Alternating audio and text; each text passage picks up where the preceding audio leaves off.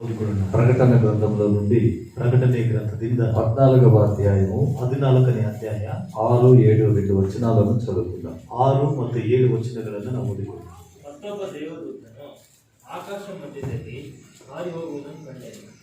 ಭೂನಿವಾಸಿಗಳಾಗಿರುವ ಸಕಲ ಜನಾಂಗ ಕುಲ ಪ್ರಜೆಗಳಿವರೆಗೂ ಸಕಲ ಭಾಷೆಗಳನ್ನಾಡುವವರಿಗೂ ಸಾರಿ ಹೇಳುವುದಕ್ಕೆ ನಿತ್ಯವಾದ ಶುಭ ವರ್ತಮಾನವು ಅವನಲ್ಲಿತ್ತು. ಅವನು ನೀವೆಲ್ಲರೂ ದೇವರಿಗೆ ಭಯಪಟ್ಟು ಆತನನ್ನು ಘನಪಡಿಸಿ ಆತನು ನ್ಯಾಯ ತೀರ್ಪು ಮಾಡುವ ಗಳಿಗೆಯೂ ಬಂದಿದೆ. ಭೂಲೋಕ ಪರಲೋಕಗಳನ್ನು ಸಮುದ್ರವನ್ನು ನೀರಿನ ಬುಗ್ಗೆಗಳನ್ನು ಉಂಟು ಮಾಡಿದ ಆತನಿಗೆ ನಮಸ್ಕಾರ ಮಾಡಿರಿ ಎಂದು ಮಹಾಶಬ್ದದಿಂದ ಹೇಳಿದನು. ಈ ವಾಕ್ಯದಲ್ಲಿ ಒಬ್ಬ ದೂತ ಆಕಾಶంలో ఎగురుచు ಆಕಾಶದಲ್ಲಿ ಹಾರುತ್ತಾ నిత్య సువార్తను తీసుకొని నిత్య సువార్తను ತೆಗೆದುಕೊಂಡು ప్రకటించుచూ ఉన్నట్లుగా రాయబడింది. ಪ್ರಕಟಿಸುತ್ತಿರುವ ಹಾಗೆ ಬರೆಯಲ್ಪಟ್ಟಿದೆ. నిత్య సువార్తను ప్రకటిస్తూ ఉన్నాడు. ನಿತ್ಯವಾದ ಸುವಾರ್ತೆಯನ್ನು ಪ್ರಕಟಿಸುತ್ತಿದ್ದಾನೆ. హల్లెలూయా, హల్లెలూయా. ఈ దినం మనం రక్షించబడి ఉన్నాం. ಈ ದಿನದಲ್ಲಿ ನಾವು ರಕ್ಷಿಸಲ್ಪಟ್ಟಿದ್ದೇವೆ. మనం రక్షించబడుటకు కారణం, ನಾವು ರಕ್ಷಿಸಲ್ಪಡಲಿಕ್ಕೆ ಕಾರಣ యేసుక్రీస్తు యొక్క సువార్త. ಯೇಸು ಕ್ರಿಸ್ತನ ಒಂದು ಸುವಾರ್ತೆ. మార్కు సువార్త 1వ అధ్యాయంలో ಮಾರ್ಕನ ಸುವಾರ್ತೆ 1ನೇ ಅಧ್ಯಾಯದಲ್ಲಿ యేసుక్రీస్తు సువార్తను ప్రకటించుట ప్రారంభించాడు. ಯೇಸು ಕ್ರಿಸ್ತನ ಸುವಾರ್ತೆಯನ್ನು ಪ್ರಕಟಿಸುವುದನ್ನು ಪ್ರಾರಂಭಿಸಿದ್ದಾರೆ. దేవుని రాజ్యము సమీపించింది, ದೇವರ ರಾಜ್ಯವು ಹತ್ತಿರವಾಗಿದೆ, మారు మనసు పొందండి, ಮಾನಸಾಂತರ ಹೊಂದಿಕೊಳ್ಳಿರಿ అని ಎಂಬುದಾಗಿ రక్షణ సువార్తను ప్రకటించాడు. ರಕ್ಷಣೆಯ ಸುವಾರ್ತೆಯನ್ನು ಪ್ರಕಟಿಸಿದನು. ఆ సువార్తను నమ్మిన మనం, ಆ ಸುವಾರ್ತೆಯನ್ನು ನಂಬಿದ ನಾವು బాప్తిసం పొంది ದೀಕ್ಷಾ ಸ್ನಾನ ತೆಗೆದುಕೊಂಡು ఈ దినం దేవుని ఆరాధించువారుగా సిద్ధపడి ఉన్నాం. ಈ ದಿನದಲ್ಲಿ ದೇವರನ್ನು ಆರಾಧನೆ ಮಾಡುವಂತವರಾಗಿ ಸಿದ್ಧರಾಗಿದ್ದೇವೆ. దేవుడు మనల్ని ఆయన సంఘముగా ఏర్పాటు చేసుకున్నాడు. ದೇವರು ನಮ್ಮನ್ನು ಆತನ ಸಭೆಯಾಗಿ ಆರಿಸಿಕೊಂಡಿದ್ದಾರೆ. ఆయన రక్తం చేత మనల్ని కొనుక్కున్నాడు. ಆತನ ರಕ್ತದ ಮೂಲಕ ನಮ್ಮನ್ನು ಕೊಂಡುಕೊಂಡಿದ್ದಾರೆ. జన్మ పాపం కర్మ పాపాలను తీసివేశాడు. ಜನ್ಮದ ಪಾಪವನ್ನ ಕರ್ಮದ ಪಾಪವನ್ನ ತೆಗೆದು ಹಾಕಿದ್ದಾರೆ. పరిశుద్ధ సమూహముగా మనల్ని నిలబెట్టుకున్నాడు. ಪರಿಶುದ್ಧವಾದ ಸಮೂಹವಾಗಿ ನಮ್ಮನ್ನು ನಿಲ್ಲಿಸಿಕೊಂಡಿದ್ದಾರೆ.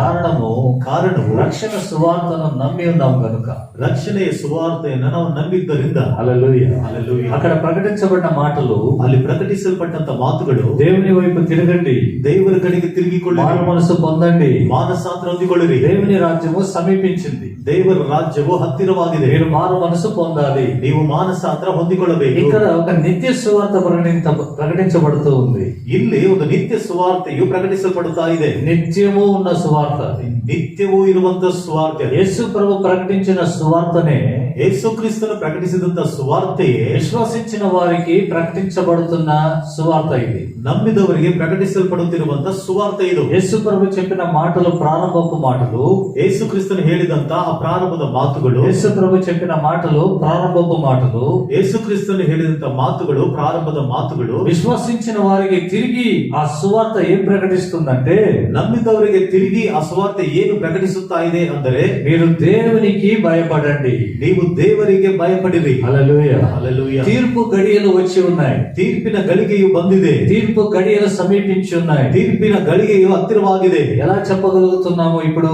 ಯಾವ ರೀತಿ ಹೇಳಲಿಕ್ಕೆ ಆಗ್ತಾ ಇದೆ? ಈಗ ప్రస్తుతము పరిస్థితులు చూస్తే ಈಗಿನ ಸಂದರ್ಭದಲ್ಲಿ ಪರಿಸ್ಥಿತಿಗಳನ್ನ ನೋಡಿದರೆ అక్రమం ఎక్కువైపోయింది, ಅಕ್ರಮ ಹೆಚ್ಚಾಗುತ್ತಾ ಇದೆ, అన్యాయం ఎక్కువైపోయింది, ಅನ್ಯಾಯ ಹೆಚ್ಚಾಗುತ್ತಾ ಇದೆ, ప్రేమ తక్కువైపోయింది, ಪ್ರೀತಿ ಕಡಿಮೆ ಆಗ್ತಾ ಇದೆ, కోపము ద్వేషం ఎక్కువైపోయినాయి, ಕೋಪವು ದ್ವೇಷವು ಹೆಚ್ಚಾಗುತ್ತಿದೆ, ఒకరిపైన ఒకరు పగబడుతూ ఉన్నారు, ಒಬ್ಬರ ಮೇಲೊಬ್ಬರು ಹಾಗೆ ಇಟ್ಕೊಳ್ತಿದ್ದಾರೆ, జనం మీదకి జనం లేస్తున్నారు, ಜನರ ಮೇಲೆ ಜನರೆದ್ದೇಳುತ್ತಿದ್ದಾರೆ, రాజ్యములకి మీదకి రాజ్యం లేస్తుంది, ರಾಜ್ಯದ ಮೇಲೆ ರಾಜ್ಯಗಳೆದ್ದೇಳುತ್ತಿದೆ, ప్రేమ చల్లారిపోతూ ఉంది. ಪ್ರೀತಿ ತಣ್ಣಗಾಗುತ್ತಾ ಇದೆ. ఈ సందర్భంలో ಈ సందర్ಭದಲ್ಲಿ ఈ రాజ్య సువార్త ಈ ರಾಜ್ಯದ ಸುವಾರ್ತೆಯು సకల జనులకు ప్రకటించబడాలి. ಎಲ್ಲಾ ಜನರಿಗೆ ಪ್ರಕಟಿಸಲ್ಪಡಬೇಕು. మత్తయి సువార్త 24వ అధ్యాయం ಮತ್ತಾಯನ ಸುವಾರ್ತೆ 24ನೇ ಅಧ್ಯಾಯ 12వ వచనములో నుండి 12ನೇ ವಚನದಿಂದ 14 వచనాల వరకు చదివితే 14 ವಚನಗಳ ತನಕ ಓದಿದರೆ అక్కడ రాయబడిన ఈ మాటలు, ಅಲ್ಲಿ ಬರೆಯಲ್ಪಟ್ಟಿದೆ ఈ ಮಾತುಗಳು. ఈ రాజ్య సువార్త ಈ ರಾಜ್ಯದ ಸುವಾರ್ತೆ సకల జనులకు తెలియపరచబడాలి.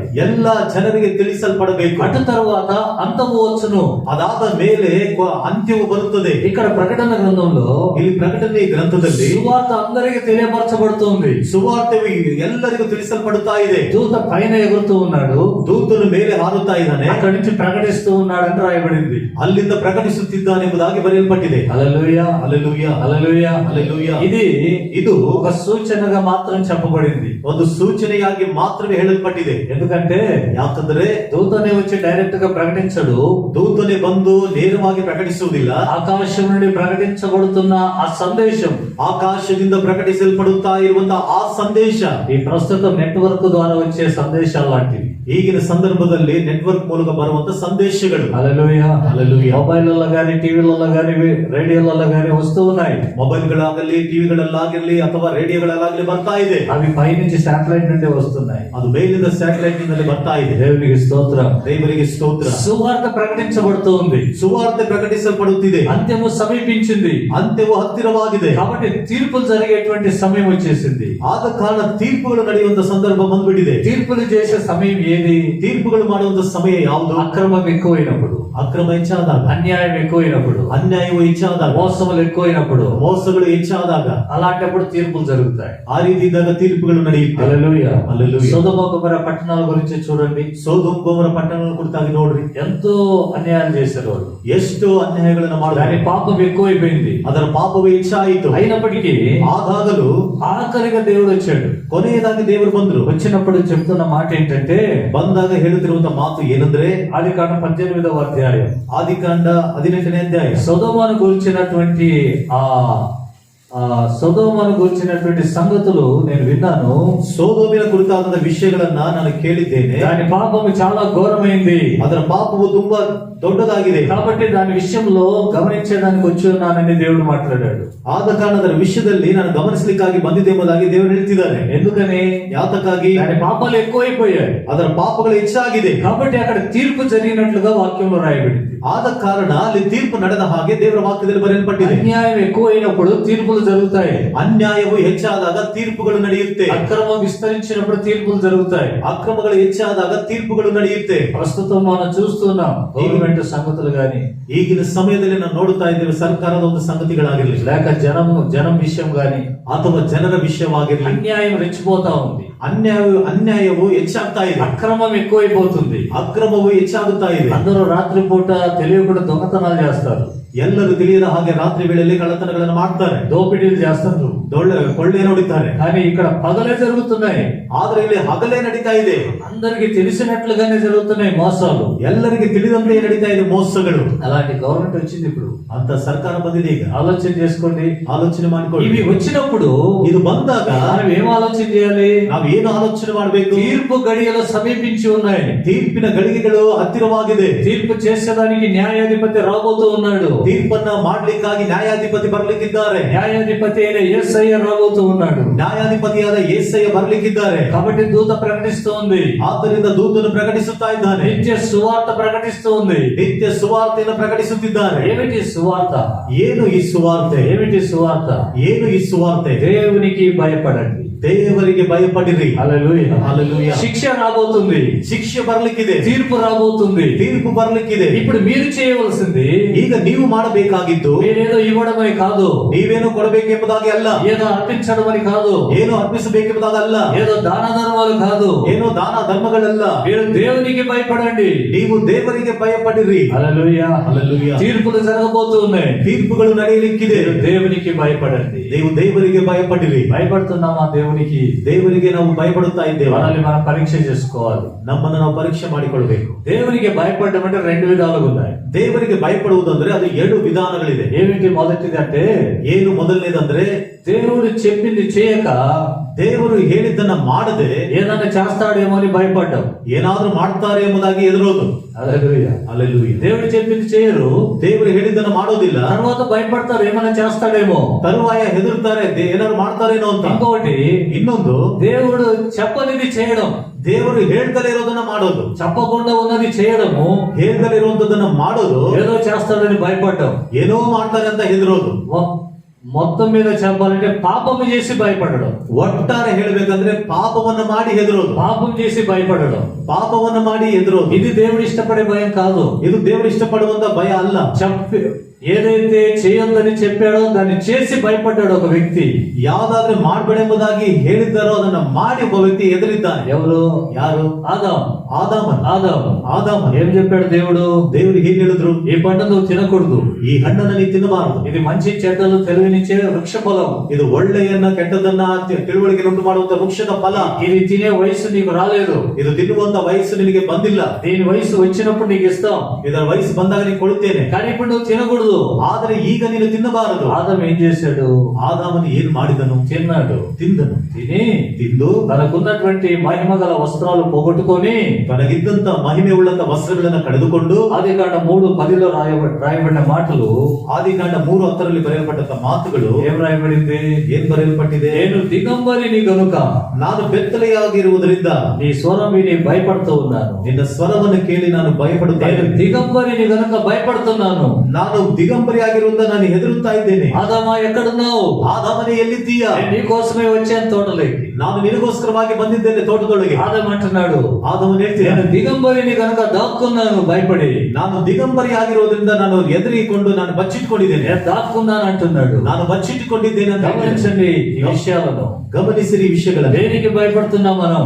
ಯಾವುದಕ್ಕೆ ಭಯಪಡುತ್ತಾ ಇದ್ದೇವೆ? మనము దిగంబరులుగా మారిపోయి ನಾವು ದಿಗಂಬರಿಗಳಾಗಿ ಮಾರ್ಪಟ್ಟು మనం కలిగిన దాన్ని పోగొట్టుకొని, ನಮಗಿರುವಂತದ್ದನ್ನ ಕಳೆದುಕೊಂಡು, మనకున్నటువంటి రక్షణ వస్త్రాలు పోగొట్టుకొని, ನಮಗಿದ್ದಂತ ರಕ್ಷಣೆ ವಸ್ತ್ರಗಳನ್ನ ಕಳೆದುಕೊಂಡು, మనకున్న మహిమ కలిగిన వస్త్రాలు పోగొట్టుకొని, ನಮಗಿದ್ದಂತ ಮಹಿಮೆಯ ವಸ್ತ್ರಗಳನ್ನ ಕಳೆದುಕೊಂಡು, మనకున్న నీతి క్రియలను అనీతి క్రియలుగా మార్చుకొని, ನಮಗಿದ್ದಂತ ನೀತಿ ಕ್ರಿಯೆಗಳನ್ನ ಅನೀತಿ ಕ್ರಿಯೆಗಳಾಗಿ ಮಾರ್ಪಡಿಸಿಕೊಂಡು, అసహ్యమైన కార్యములు చేస్తూ, ಧ್ಯೇಯವಾದ ಕಾರ್ಯಗಳನ್ನ ಮಾಡುತ್ತಾ, పాపభరితమైన జీవితాలు జీవిస్తూ, ಪಾಪವುಳ್ಳಂತ ಜೀವಿತಗಳನ್ನ ಜೀವಿಸುತ್ತಾ, ప్రభువా నువ్వు వచ్చావు కనుక భయపడి దాక్కున్నాను. ಕರ್ತನೇ ನೀನು ಬಂದಿದ್ದರಿಂದ ಹೆದರಿಕೊಂಡು ನಾನು ಬಚ್ಚಿಟ್ಟುಕೊಂಡಿದ್ದೇನೆ. ఆదాము దాక్కోవడానికి చెట్లు ఉన్నాయి అక్కడ. ಆದಾಮನು ಬಚ್ಚಿಟ್ಟುಕೊಳ್ಳುವುದಕ್ಕೆ ಅಲ್ಲಿ ಮರಗಳಿವೆ. దేవుని యొక్క రాకడ దినములో, ದೇವರ ಒಂದು ಬರೋಣದ ದಿನದಲ್ಲಿ, యేసుక్రీస్తు న్యాయాధిపతిగా రాబోయే దినములో, ಯೇಸು ಕ್ರಿಸ್ತನ ನ್ಯಾಯಾಧಿಪತಿಯಾಗಿ ಬರ್ಲಿಕ್ಕಿರುವಂತ ದಿನಗಳಲ್ಲಿ ఎక్కడికి పోయి దాక్కుంటాం? ಎಲ್ಲಿಗೆ ಹೋಗಿ ಬಚ್ಚಿಟ್ಟುಕೊಂಡು, ఎక్కడికి పోయి దాక్కుంటాం? ಎಲ್ಲಿಗೆ ಹೋಗಿ ಬಚ್ಚಿಟ್ಟುಕೊಂಡು? ప్రకటన గ్రంథంలో రాయబడింది, ಪ್ರಕಟಣೆ ಗ್ರಂಥದಲ್ಲಿ ಬರೆಯಲ್ಪಟ್ಟಿದೆ, ఆయన రాకడకు ಆತನ ಬರೋಣಕ್ಕೆ గ్రంథములు ఓపెన్ చేసినప్పుడు, ಸುರುಳುಗಳು ಅದು ಬಿಚ್ಚಲ್ಪಟ್ಟಾಗ, తీర్పు చేసేదానికి ఆయన కూర్చున్నప్పుడు, ತೀರ್ಪನ್ನು ಮಾಡ್ಲಿಕ್ಕಾಗ ಆತನು ಕೂತುಕೊಂಡಾಗ, ఆకాశము భూమి ಆಕಾಶವು ಭೂಮಿಯು పారిపోయేను, ಓಡಿ ಹೋಯಿತು. ఇంకెక్కడ దాక్కునే మనం? ಇನ್ನೆಲ್ಲಿ ಬಚ್ಚಿಟ್ಟುಕೊಳ್ಳೋದು ನಾವು? భూమి ఆకాశాలు పారిపోయేను. ಭೂಮಿ ಆಕಾಶಗಳು ಓಡಿ ಹೋಯಿತು. నివాస యోగ్యమైన భూమి లేదు, ನಿವಾಸಕ್ಕೆ ಯೋಗ್ಯವಾದ ಭೂಮಿಯೂ ಇಲ್ಲ, అంతరిక్షంలో ఉన్న ఆకాశము లేదు, ಅಂತರಿಕ್ಷದಲ್ಲಿರುವಂತಹ ಆಕಾಶವೂ ಇಲ್ಲ, శూన్యం మొత్తం ఏమీ లేకుండా అయిపోయింది. ಎಲ್ಲವೂ ಸಹ ಶೂನ್ಯವಾಗಿ ಏನು ಇಲ್ಲದಂತ ಆಯಿತು. ప్రారంభములో దేవుడు భూమి ఆకాశాలను సృజింపక మునుపెలాగుందో, ಪ್ರಾರಂಭದಲ್ಲಿ ದೇವರು ಭೂಮಿ ಆಕಾಶಗಳನ್ನ ಸೃಷ್ಟಿ ಮಾಡುವುದಕ್ಕಿಂತ ಮೊದಲು ಹೇಗಿತ್ತು ఆ రీతిగా మారిపోయింది. ಆ ರೀತಿಯಾಗಿ ಮಾರ್ಪಡೆ. దేవుడు ఆ శూన్యంలో ధవళ సింహాసనాన్ని వేశాడు. ದೇವರು ಆ ಶೂನ್ಯದಲ್ಲಿ ಧವಳ ಸಿಂಹಾಸನವನ್ನ ಹಾಕಿದನು. కూర్చున్నాడు. ఇక ಕೂತುಕೊಂಡ ನೀನ ఎక్కడ మనం పోయి దాక్కునేది? ಎಲ್ಲಿ ನಾವು ಹೋಗಿ ಬಚ್ಚಿಟ್ಟುಕೊಂಡು, ఎక్కడ దాక్కునేది? ಎಲ್ಲಿ ನಾವಿನ್ನ ಬಚ್ಚಿ? ఆదాము చెట్ల చాటులు దాక్కున్నాడు. ಆದಾಮನು ಮರಗಳ ಹಿಂದೆ ಬಚ್ಚಿಟ್ಟುಕೊಂಡನು. మనం ఎక్కడికి పోవాలి? ನಾವು ಎಲ್ಲಿಗೆ ಹೋಗ್ಬೇಕು? ఏమున్నాయి దాక్కోవడానికి? ಏನಿದೆ ಬಚ್ಚಿಟ್ಟುಕೊಳ್ಳೋದಕ್ಕೆ? అగాధము కూడా దేవునికి కనుమరుగైంది కాదు. ಅಗಾಧವು ಸಹ ದೇವರಿಗೆ ಮರೆಯಾಗಿರುವಂತದ್ದು. ఆయన అన్నిటిని చూసేవాడు. ಆತನು ಎಲ್ಲವುಗಳನ್ನ ನೋಡುವ ಆತನು. ఎలా తప్పించుకుంటా?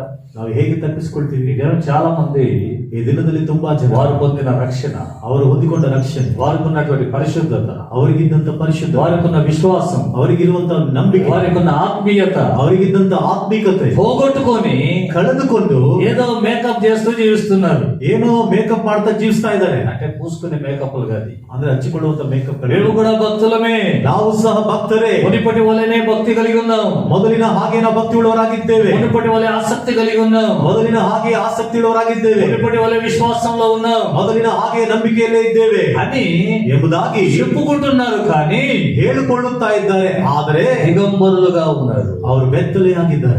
దిగంబరులుగా ఉన్నారు. ಅವರು ಬೆತ್ತಲೆಯಾಗಿದ್ದಾರೆ. ఆస్తులున్నాయి, ಆಸ್ತಿಗಳಿದೆ, అంతస్తులున్నాయి, ಅಂತಸ್ತುಗಳಿದೆ, మిగతావన్నీ ఉన్నాయి. ಉಳಿದಂತ ಎಲ್ಲವುಗಳಿದೆ. ఆ లవోదిక సంఘము వలె ಲವೋದಿಕೆಯ ಸಭೆಯ ಹಾಗೆ ఏదైనా చాలా మంది క్రైస్తవులు సిద్ధపడ్డారు. ಈ ದಿನದಲ್ಲಿ ತುಂಬಾ ಜನ ಕ್ರೈಸ್ತರು ಸಿದ್ಧರಾಗಿದ್ದಾರೆ. లవోదిక సంఘంతో ప్రభు ఏం మాట్లాడుతున్నాడు? ಲವೋದಿಕ ಸಭೆಯೊಟ್ಟಿಗೆ ಕರ್ತನು ಏನು ಮಾತನಾಡ್ತಿದ್ದಾರೆ? ఏం మాట్లాడుతున్నాడు? ಏನು ಮಾತಾಡ್ತಿದ್ದಾರೆ? నీవు నులివెచ్చగా ఉన్నావు, ನೀನು ಉಗುರು ಬೆಚ್ಚಗಿದೀಯಾ, నీవు దిగంబరివి, ನೀನು ಬೆತ್ತಲೆಯಾಗಿದ್ದೀಯಾ, దిక్కులేని వాడివి, ದಿಕ್ಕಿಲ್ಲದವನಾಗಿದ್ದೀಯಾ, దరిద్రుడవు, ನೀನು ಬಡವನಾಗಿದ್ದೀಯಾ. మళ్ళీ నువ్వు అంటున్నావు ಮತ್ತೆ ನೀನ್ ಹೇಳ್ತಿದೀಯಾ నాకు బట్టలు ఉన్నాయి, ನನಗೆ ಬಟ್ಟೆಗಳಿದೆ, నాకు ఐశ్వర్యం ఉంది, ನನಗೆ ಐಶ್ವರ್ಯ ಇದೆ, నాకు అందరూ ఉన్నారు అంటున్నావు. ನನಗೆ ಎಲ್ಲರೂ ಇದ್ದಾರೆ ಎಂಬುದಾಗಿ ಹೇಳ್ಕೊಳ್ತಿದೀಯಾ. దేవుడు అంటున్నాడు ದೇವರು ಹೇಳ್ತಿದ್ದಾರೆ, నువ్వు దిగంబరివి. ನೀನು ಬೆತ್ತಲೆ ಆಗಿದ್ದೀಯ. హల్లెలూయా. ಹಲ್ಲೆಲೂಯಾ. చాలా మంది ఈ దినాల్లో ఇలాంటి పరిస్థితుల్లో జీవిస్తూ ఉన్నారు. ತುಂಬಾ ಜನರು ಈ ದಿನಗಳಲ್ಲಿ ಇಂತಹ ಪರಿಸ್ಥಿತಿಗಳಲ್ಲಿ ಜೀವಿಸಿ అనేకుల స్థితి ఇదే. ಅನೇಕರ ಸ್ಥಿತಿ ಇದೆ. యేసు ప్రభు రాబోతూ ఉన్నాడు. ಯೇಸು ಕ್ರಿಸ್ತನು ಬರಲಿಕ್ಕಿದ್ದಾನೆ. అప్పుడు ఒక భయం వచ్చేస్తుంది. ಆಗ ಒಂದು ಹೆದರಿಕೆ ಬಂದ್ಬಿಡುತ್ತೆ. అమ్మో యేసయ్య వచ్చున్నాడా, ಅಮ್ಮೋ ಏಸೇ ಬರ್ತಿದಾರ, అరే మనం సిద్ధపడాలి, మొక్కలు ఉన్నట్టు ప్రార్థన చేద్దాం.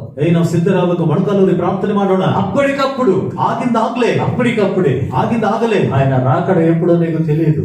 ಆತನ ಬರೋಣವು ಯಾವಾಗಲೂ ನಿನಗೆ ಗೊತ್ತಿಲ್ಲ. ఆయన రాకడ ఎప్పుడో నీకు తెలియదు. ಆತನ ಬರೋಣವು ಯಾವಾಗಲೂ ನಿನಗೆ ಗೊತ್ತಿಲ್ಲ. అన్ని అనుకూలంగా ఉన్నాయి, ಎಲ್ಲವೂ ಅನುಕೂಲವಾಗಿದೆ, అన్ని బాగున్నాయి, ಎಲ್ಲವೂ ಚೆನ್ನಾಗಿದೆ, ఏ చింత లేదు, ಯಾವ ಚಿಂತೆಯೂ ಇಲ್ಲ అనుకున్నప్పుడు ಅಂದುಕೊಂಡಾಗ నీవు అనుకోనని గడియలో ನೀನು ಅಂದುಕೊಳ್ಳದಂತ ಗಳಿಗೆಯಲ್ಲಿ ఆయన రాకడ వస్తుందని బైబిల్ చెప్తుంది. ಆತನ ಬರೋಣ ಬರುತ್ತದೆ ಎಂಬುದಾಗಿ ಸತ್ಯವೇದ ಹೇಳ್ತಿದೆ. నిశ్చింతగా ఉంటున్నావు, ನಿಶ್ಚಿಂತೆಯಾಗಿರ್ತಿದೀಯಾ, ఆ భక్తి కలిగి ఉన్నామని అనుకుంటున్నావు. ಆ ಭಕ್ತಿಯೊಳಗಿದ್ದೇವೆ ಎಂಬುದಾಗಿ ಅಂದುಕೊಳ್ಳುತ್ತಿದ್ದೀಯಾ. ఆదాము అలాగే అనుకున్నాడు, ಆದಾಮನು ಆ ರೀತಿಯಾಗಿ ಅಂದುಕೊಂಡ, తోటలో అలాగే సంచారం చేస్తున్నాడు. ತೋಟದಲ್ಲಿ ಆ ರೀತಿಯಾಗಿ ಸಂಚಾರ ಮಾಡ್ತಿದ್ದಾನೆ. అరే నాకు బట్టలు లేవే అని అనిపించింది, ಅಯ್ಯೋ ನನಗೆ ಬಟ್ಟೆಗಳು ಇಲ್ಲ ಎಂಬುದಾಗಿ ಅನಿಸಿತು. ఆకులు తెచ్చి కచకాలు చేసుకుని కట్టుకున్నాడు. ಎಲೆಗಳನ್ನು ತಂದು ಹೊಲಿದುಕೊಂಡು ಅದನ್ನ ಹಾಕೊಂಡ್ರು. అవ్వ ముందు ఆ ప్రాణుల ముందు కొంచెం ఏదో కవర్ చేసుకున్నాడు. ಅವಳ ಮುಂದೆ ಆ ಪ್ರಾಣಿಗಳ ಮುಂದೆ ಸ್ವಲ್ಪ ಅದನ್ನ ಮುಚ್ಚಿಕೊಂಡನು. దేవుడు వచ్చాడు అక్కడికి. ದೇವರು ಬಂದಲ್ಲಿ. హల్లెలూయా. ಹಲ್ಲೆಲೂಯಾ. ఆయన ముందు ఏం కవర్ చేస్తాడు? ಆತನ ಮುಂದೆ ಏನು ಆತನು, ఆదామా ಆದಾಮನೇ నేను ఇచ్చిన రక్షణ వస్త్రాలు ఏవి? ನಾನು ಕೊಟ್ಟ ರಕ್ಷಣೆ ವಸ್ತ್ರಗಳು ಎಲ್ಲಿ? ఆదామా ಆದಾಮನೇ నేను ఇచ్చిన మహిమ గల వస్త్రాలు ఏవి? ನಾನು ಕೊಟ್ಟಂತ ಮಹಿಮೆಯುಳ್ಳ ವಸ್ತ್ರಗಳು ಎಲ್ಲಿ? పోగొట్టుకున్నానే. ಕಳೆದುಕೊಂಡನಲ್ಲ, పోగొట్టుకున్నావు. ಕಳೆದುಕೊಂಡಿದ್ದೀಯ. దినం మన పరిస్థితి ఏంటి? ಈ ದಿನದ ನಮ್ಮ ಪರಿಸ್ಥಿತಿ ಏನು? ప్రభు రాకడ సమీపమైంది. ಕರ್ತನ ಬರೋಣ ಹತ್ತಿರವಾಗಿ. లోకంలో ఉన్న కార్యక్రమాలు చూస్తూ ఉంటే, ಲೋಕದಲ್ಲಿರುವಂತ ಕಾರ್ಯಕ್ರಮಗಳನ್ನ ನೋಡ್ತಾ ಇದ್ರೆ, లోకపు పరిస్థితులను చూస్తుంటే, ಲೋಕದ ಪರಿಸ್ಥಿತಿಗಳನ್ನ ನೋಡ್ತಿದ್ರೆ, తీర్పు చేసేదానికి ఆయన రాబోతున్నాడు. ತೀರ್ಪನ್ನ ಮಾಡ್ಲಿಕ್ಕಾಗಿ ಆತನು ಬರ್ಲಿಕ್ಕಿದ್ದಾನೆ. పాపం అధికమైపోయింది, ಪಾಪವು ಹೆಚ್ಚಾಗುತ್ತಿದೆ, అక్రమం ఎక్కువైపోయింది, ಅಕ್ರಮವು ಹೆಚ್ಚಾಗ್ತಾ ಇದೆ. అక్రమం చేస్తున్నవాడు కూడా ఇది అక్రమం కాదు అని చెప్తున్నాడు. ಅಕ್ರಮವನ್ನ ಮಾಡ್ತಿರುವನು ಸಹ ಇದು ಅಕ್ರಮ ಅಲ್ಲ ಎಂಬುದಾಗಿ ಹೇಳ್ತಿದ್ದಾನೆ. అలాంటి దినాల్లో జీవిస్తున్నాం మనం. ಅಂತ ದಿವಸಗಳಲ್ಲಿ ಜೀವಿಸುತ್ತಿದ್ದೇವೆ ನಾವು. ప్రభు రాడా?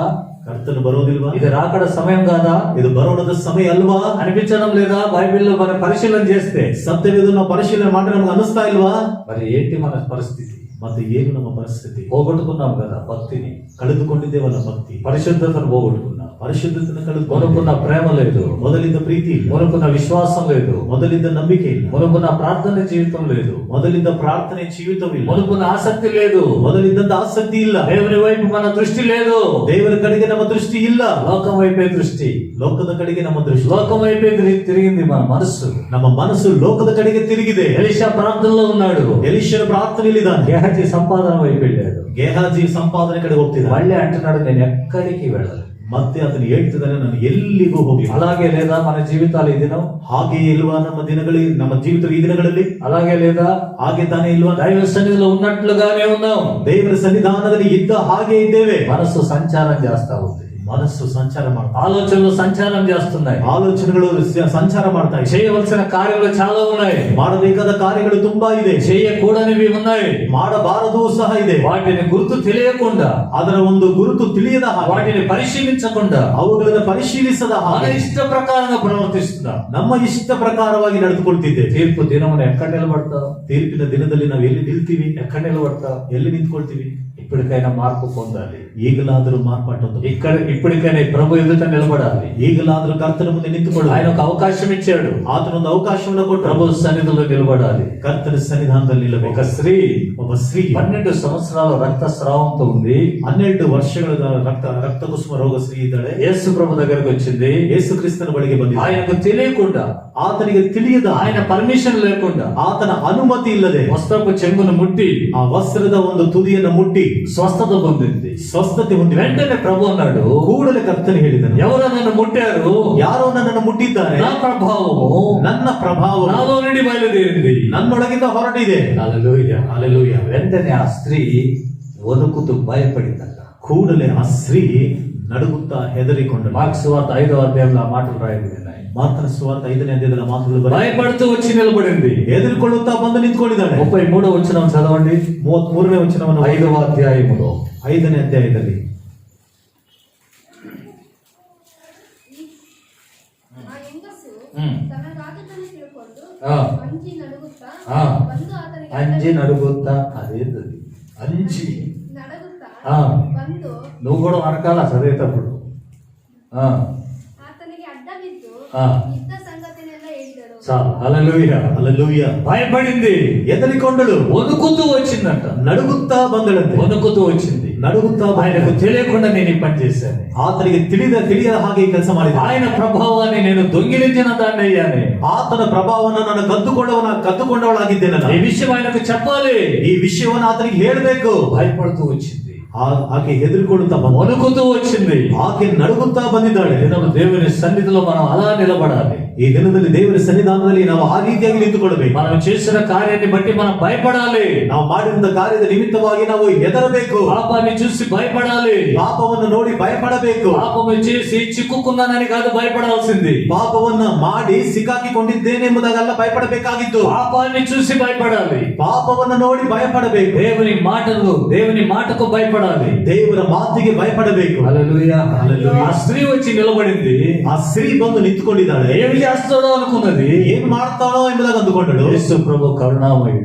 ಯೇಸು ಕ್ರಿಸ್ತನು ಕರುಣಾಮಯನು. హల్లెలూయా. హల్లెలూయా. ఆయన అన్నాడు, ಅದನ್ನು ಹೇಳಿದನು, కుమారి, ಮಗಳೇ, నీ పాపములు క్షమించబడి ఉన్నాయి. ನಿನ್ನ ಪಾಪಗಳು ಕ್ಷಮಿಸಲ್ಪಟ್ಟಿವೆ. నీ విశ్వాసం నిన్ను స్వస్థపరిచింది. ನಿನ್ನ ನಂಬಿಕೆಯೇ ನಿನ್ನನ್ನು ಸ್ವಸ್ಥತೆ ಮಾಡಿದೆ. సమాధానముగా ఉండు. ಸಮಾಧಾನದಿಂದಿರು. సమాధానంగా ఉండు. ಸಮಾಧಾನದಿಂದಿರು. ఇక్కడ వాక్యంలో గమనిస్తే ಇಲ್ಲಿ ವಾಕ್ಯದಲ್ಲಿ ಗಮನಿಸಿದ್ರೆ ఆమె స్వస్థత పొందినా కూడా ಆಕೆ ಸ್ವಸ್ಥತೆಯನ್ನು ಹೊಂದಿಕೊಂಡಿದ್ದರೂ ಸಹ ఆమెకు సమాధానం రాలేదు. ಆಕೆಗೆ ಸಮಾಧಾನ ಬರಲಿಲ್ಲ. ఎందుకో తెలుసా? ಯಾತಕ್ಕೋ ಗೊತ್ತಾ? ఆమె చేసింది యేసు ఎదుట కప్పి పెట్టింది గనుక. ಆಕೆ ಮಾಡಿದ್ದನ್ನ ಯೇಸುವಿನ ಮುಂದೆ ಮುಚ್ಚಿಕೊಂಡಿದ್ದರಿಂದ. హల్లెలూయా. హల్లెలూయా. హల్లెలూయా. హల్లెలూయా. ఎవరికి తెలియకుండా ಯಾರಿಗೂ ತಿಳಿಯದಂತೆ వచ్చి సీక్రెట్ గా వస్త్రపు చెంగు ముట్టింది. ಬಂದು ರಹಸ್ಯವಾಗಿ ಆ ವಸ್ತ್ರದ ತುದಿಯನ್ನು ಮುಟ್ಟಿದಳು. ఆ కార్యం చేసినందుకే ఆమెకు సమాధానం లేదే. ಆ ಕಾರ್ಯವನ್ನ ಮಾಡಿದ್ದಕ್ಕೆ ಆಕೆಗೆ ಸಮಾಧಾನ ಇಲ್ಲವಲ್ಲ. పాపం చేసే వాళ్ళకు సమాధానం ఉంటుందా? ಪಾಪವನ್ನ ಮಾಡುವವರಿಗೆ ಸಮಾಧಾನ ಇರುತ್ತಾ? బైబిల్లో రాయబడింది, దుష్టులకు నెమ్మది ఉండదని యెహోవా సెలవిచ్చుచున్నాడు. ಸತ್ಯದಲ್ಲಿ ಬರೆಯಲ್ಪಟ್ಟಿದೆ, ದುಷ್ಟರಿಗೆ ನೆಮ್ಮದಿ ಇರುವುದಿಲ್ಲ ಎಂಬುದಾಗಿ ಯೆಹೋವನು ಹೇಳುತ್ತಿದ್ದಾನೆ. నెమ్మది ఉండదు, ನೆಮ್ಮದಿ ಇರುವುದಿಲ್ಲ, మనసులో సమాధానం ఉండదు, ಮನಸ್ಸಿನಲ್ಲಿ ಸಮಾಧಾನ ಇರುವುದಿಲ್ಲ, ఆరోగ్యం కుదట పడింది, ಆರೋಗ್ಯವು ಹಾಳಾಗೋಗಿದೆ, బాగైంది, ಚೆನ್ನಾಗಾಗಿದೆ, అయినా సమాధానం లేదు. ಆದರೂ ಸಮಾಧಾನ ಇಲ್ಲ. కారణం ఏంటి? ಕಾರಣವೇನು? యేసు ఎదుట ఏదో మూసిపెట్టింది ఆమె. ಯೇಸುವಿನ ಮುಂದೆ ಯಾವುದೋ ಆಕೆ ಮುಚ್ಚಿಟ್ಟಿದ್ದಾಳೆ. నువ్వేం కప్పి పెట్టిన్నావు? ನೀನು ಏನನ್ನು ಮುಚ್ಚಿಟ್ಟಿದ್ದೀಯ? ఒప్పుకొని విడిచిపెట్టాలి. బైబిల్ చెప్పే మాట ಒಪ್ಪಿಕೊಂಡು ಬಿಟ್ಟು ಬಿಡಬೇಕು. ಸತ್ಯವೇದ ಹೇಳಿದಂತ ಮಾತು. హల్లెలూయా. హల్లెలూయా. దేవునికి భయపడే వ్యక్తి అయితే, ನೀನು ದೇವರಿಗೆ ಹೆದರುವಂತ ವ್ಯಕ್ತಿ ಆಗಿದ್ದೆ, దేవుని ఎదుటను ఒప్పుకోవాలి. ದೇವರ ಮುಂದೆ ನೀನು ಒಪ್ಪಿಕೊಳ್ಳಬೇಕು. పాపములను ఒప్పుకోవాలి. ನಿನ್ನ ಪಾಪಗಳನ್ನು నీ ಒಪ್ಪಿಕೊಳ್ಳಬೇಕು. అతిక్రమాలు ఒప్పుకోవాలి. ನಿನ್ನ ಅಕ್ರಮಗಳನ್ನು ಒಪ್ಪಿಕೊಳ್ಳಬೇಕು. విడిచిపెట్టాలి. ಬಿಟ್ಟು ಬಿಡಬೇಕು. హల్లెలూయా. హల్లెలూయా. ఆదాము తోటనైనా విడుస్తాను అనుకున్నాడు గాని ತೋಟವನ್ನಾದ್ರೂ ಬಿಡುತ್ತೇನೆ ಎಂಬುದಾಗಿ ಅಂದುಕೊಂಡನು. ಆದ್ರೆ పాపం విడిచిపెట్టాలనుకోలే. ಪಾಪವನ್ನು ಬಿಡಬೇಕೆಂಬುದಾಗ ಅಂದುಕೊಳ್ಳಿಲ್ಲ. హల్లెలూయా. హల్లెలూయా. కొంతమంది ఉంటారు, ಸ್ವಲ್ಪ ಜನ ಇರ್ತಾರೆ, ఏదైనా వదులుకుంటారు, పాపం వదలరు. ಯಾವ್ದಾದ್ರೂ ಬಿಟ್ಬಿಡ್ತಾರೆ, ಪಾಪವನ್ನು ಬಿಡುವುದಿಲ್ಲ. ఆఖరిగా యేసు ప్రభునైనా వదులుకుంటారు, పాపాన్ని విడిచిపెట్టరు. ಕೊನೆಯದಾಗಿ ಯೇಸು ಕ್ರಿಸ್ತನನ್ನಾದ್ರೂ ಬಿಟ್ಟು ಬಿಡುತ್ತಾರೆ, ಪಾಪವನ್ನು ಬಿಡುವುದಿಲ್ಲ. యేసు కంటే ఎక్కువగా పాపాన్ని ఆశించేవాడు. ಯೇಸುವಿಗಿಂತ ಹೆಚ್ಚಾಗಿ ಪಾಪವನ್ನು ಆಸೆ ಪಡುವವರು. హల్లెలూయా. హల్లెలూయా. పేతురు పత్రికలో పేతురు అన్నాడు ఒక మాట. ಪೇತ್ರನು ತನ್ನ ಪತ್ರಿಕೆಯಲ್ಲಿ ಒಂದು ಮಾತನ್ನು ಹೇಳ್ತಿದ್ದಾನೆ. వ్యభిచారిణిని చూచి ವ್ಯಭಿಚಾರಿಯನ್ನ ನೋಡಿ పాపము మానలేని కన్నులంట. ಪಾಪವನ್ನ ಬಿಡಲಿಕ್ಕೆ ಆಗದಿರುವಂತ ಕಣ್ಣುಗಳು. ఎలాంటి కన్నులవి? ಎಂತ ಕಣ್ಣುಗಳು? వ్యభిచారిని చూసి ವ್ಯಭಿಚಾರಿಯನ್ನ ನೋಡಿ పాపము మానలేని కన్నులు. ಪಾಪವನ್ನ ಬಿಡಲಿಕ್ಕಾಗದಿರುವಂತ ಕಣ್ಣುಗಳು. వాళ్ళ కన్నులు అటే పోతుంటాయి. ಅವರ ಕಣ್ಣುಗಳು ಆ ಕಡೆನೇ ಹೋಗ್ತಿರು. వాళ్ళ కన్నులు అటే పోతుంటాయి. ಅವರ ಕಣ್ಣುಗಳು ಆ ಕಡೆನೇ ಹೋಗ್ತಿರು. కళ్ళు అటు తిరుగుతుంటే మనసు అటు తిరుగుతుంది. ಕಣ್ಣುಗಳು ಅక్కడ ತಿರುಗ್ತಿರು, ಮನಸ್ಸು ಅక్కడ ತಿರುಗ್ತಿರು. పాపం మానలేని మనసు, ಪಾಪವನ್ನು ಬಿಡಲಿಕ್ಕಾಗದಿರುವಂತ ಮನಸ್ಸು. పరలోకమైన మానుకుంటాను, ಪರಲೋಕವನ್ನಾದ್ರೂ ಬಿಟ್ಟು ಬಿಡ್ತೀವಿ, నిత్య జీవమైన పోగొట్టుకుంటాను, ನಿತ್ಯ ಜೀವವನ್ನಾದ್ರೂ ಕಳ್ಕೊಳ್ತೀವಿ. ఆస్తిని మేము పోగొట్టుకోలేము, ಆಸ್ತಿಯನ್ನು ನಾವು ಕಳ್ಕೊಳ್ಳಿಕ್ಕೆ ಆಗೋದಿಲ್ಲ, పాపాన్ని మేము విడిచిపెట్టలేము. ಪಾಪವನ್ನು ನಾವು ಬಿಟ್ಟು ಬಿಡ್ಲಿಕ್ಕೆ ಆಗಲ್ಲ కదా, చాలా మంది ఉన్నారు ఇలాంటి వాళ్ళు. ತುಂಬಾ ಜನರಿದ್ದಾರೆ ಇಂಥವರು. తీర్పు గడియలు సమీపించాయి. ತೀರ್ಪಿನ ಗಳಿಗೆಗಳು ಹತ್ತಿರವಾಗಿದೆ. తీర్పు గడియలు సమీపించాయి. ತೀರ್ಪಿನ ಗಳಿಗೆಗಳು ಹತ್ತಿರವಾಗಿದೆ. జాగ్రత్త. ಎಚ್ಚರಿಕೆ. యేసు ఎదుట ಯೇಸುವಿನ ಮುಂದೆ వణుకుతూ నిలబడిందంట. ನಡುಗುತ್ತಾ ನಿಂತುಕೊಂಡಳು. ఆమె సమాధానం పొందుట కారణం ఏంటి? ಆಕೆ ಸಮಾಧಾನವನ್ನು ಹೊಂದಲಿಕ್ಕೆ ಕಾರಣವಾದ್ರೆ ಏನು? తన తప్పు ఒప్పుకొని ತನ್ನ ತಪ್ಪನ್ನ ಒಪ್ಪಿಕೊಂಡು వణుకుతూ నిలబడింది. ನಡುಗುತ್ತಾ ನಿಂತುಕೊಂಡಳು. హల్లెలూయా, ಹಲ್ಲೆಲೂಯಾ, హల్లెలూయా, హల్లెలూయా. యేసు అన్నాడు, ಯೇಸು ಕ್ರಿಸ್ತನ నా యొద్దకు వచ్చు వారిని ನನ್ನ ಬಳಿಗೆ నేను ಬರುವವರು ఎంత మాత్రము త్రోసివేయను. ನಾನು ಎಷ್ಟು ಮಾತ್ರಕ್ಕೂ ತಳ್ಳಿಬಿಡುವುದಿಲ್ಲ. సమాధానం కలిగి వెళ్ళిపో అన్నాడు.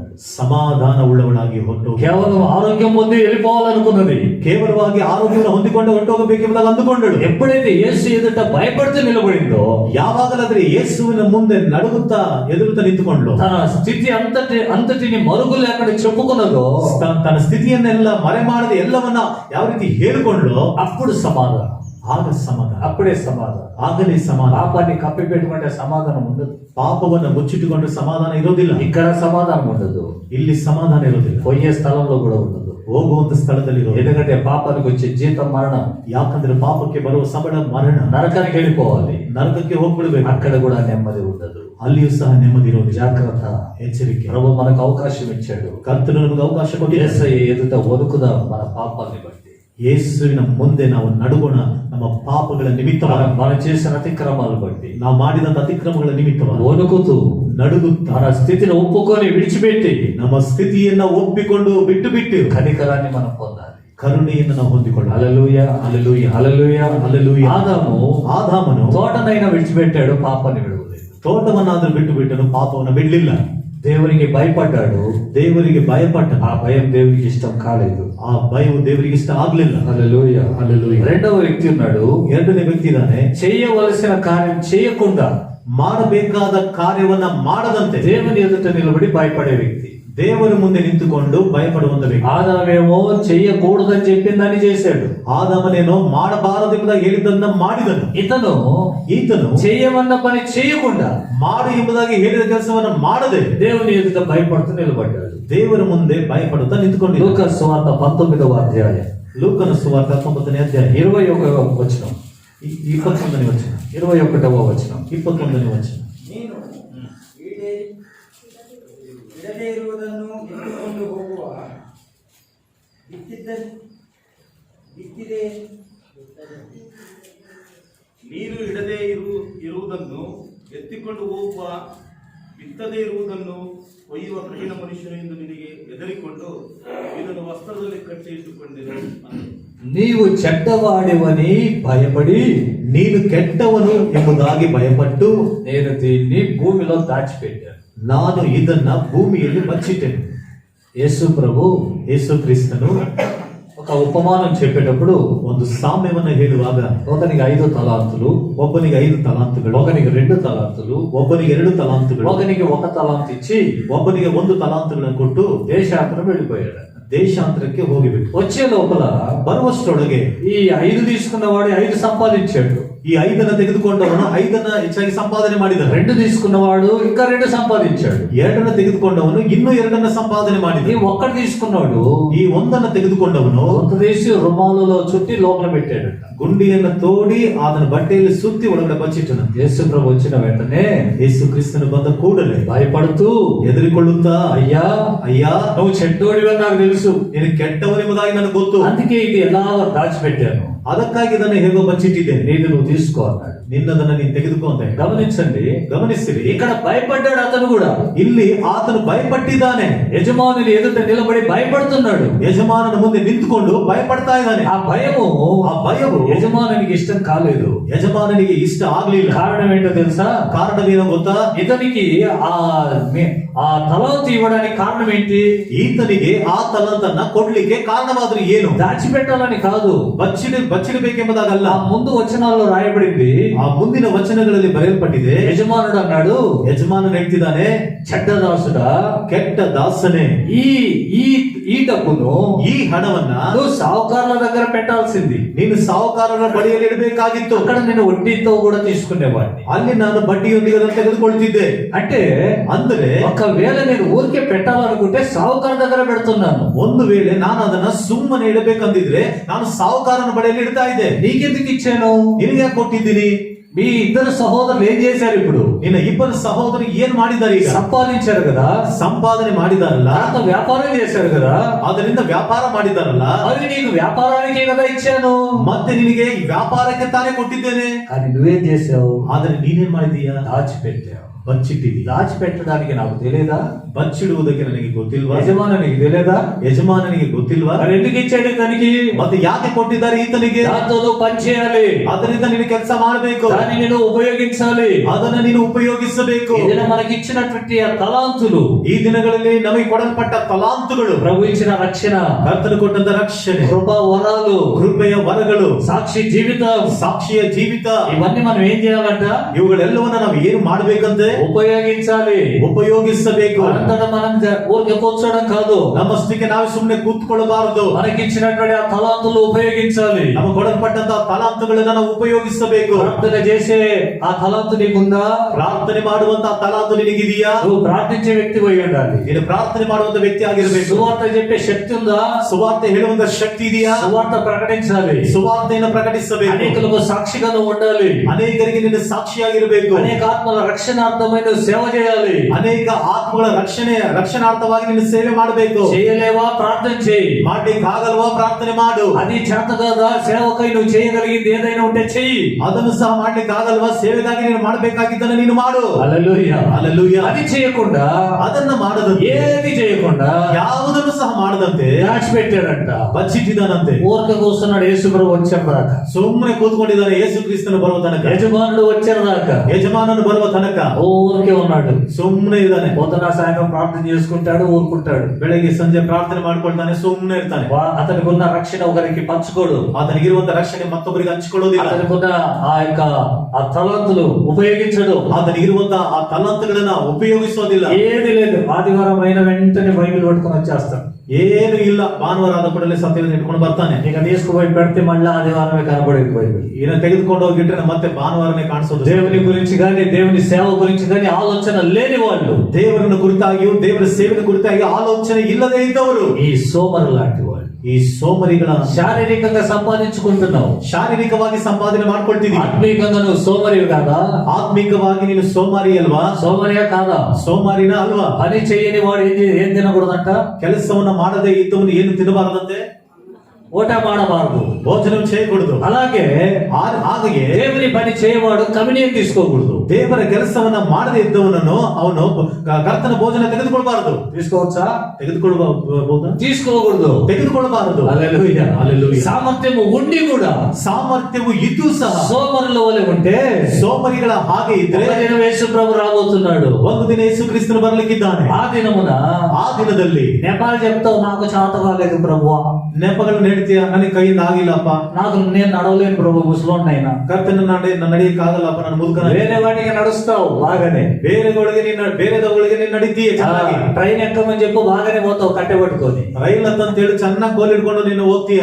ఆ బస్సు సీటు పట్టుకోవాలంటే నువ్వే ముందుంటావు, ముసలోడివి. ಬಸ್ ಸೀಟ್ ಇಟ್ಕೊಳ್ಬೇಕಾದ್ರೆ ಮುಂಚಿತವಾಗಿ ನೀನ್ ಹೇಳ್ತೀಯ ಮುದುಕ, అవాజ్ చేసుకొని ಕೂಗು ಆವಾಜ್ ಹಾಕೊಂಡು. అదే సేవ విషయంలో, ಅದೇ ಸೇವೆ ವಿಷಯದಲ್ಲಿ నాకు చేత కాదబ్బా, ನನಗೆ ಕೈಯಿಂದ ಆಗೋದಿಲ್ಲ. చెట్లో ఒకప్పుడు ఒకసారి 2004లోనేమో 2004ರಲ್ಲಿ ఒకరింటికి పోయినా, నేను ఆ టవల్ బాబన్న, ನಾನು ಆ ಟವಲ್ ಬಾಬನ ಒಬ್ರು ಮನೆಗೆ ಹೋಗಿದ್ವಿ. అక్కడ ప్రార్థన చేసిన తర్వాత ఒక ఆయనకు వాక్యం చెప్తే ముసలాయన, ಅಲ್ಲಿ ಪ್ರಾರ್ಥನೆ ಮಾಡಿದ ನಂತರ ಒಬ್ಬ ಆತನಿಗೆ ವಾಕ್ಯವನ್ನು ಹೇಳಿದ್ರೆ ಆ ಮುದುಕನು, ముసలాయన అంటే ఒక 55-60 ఏళ్ళు దాకా ఉంటాయి అంతే. ಮುದುಕನಂದ್ರೆ ಒಂದು 55-60 ವರ್ಷಗಳಿರುತ್ತೆ ಅಷ್ಟೇ.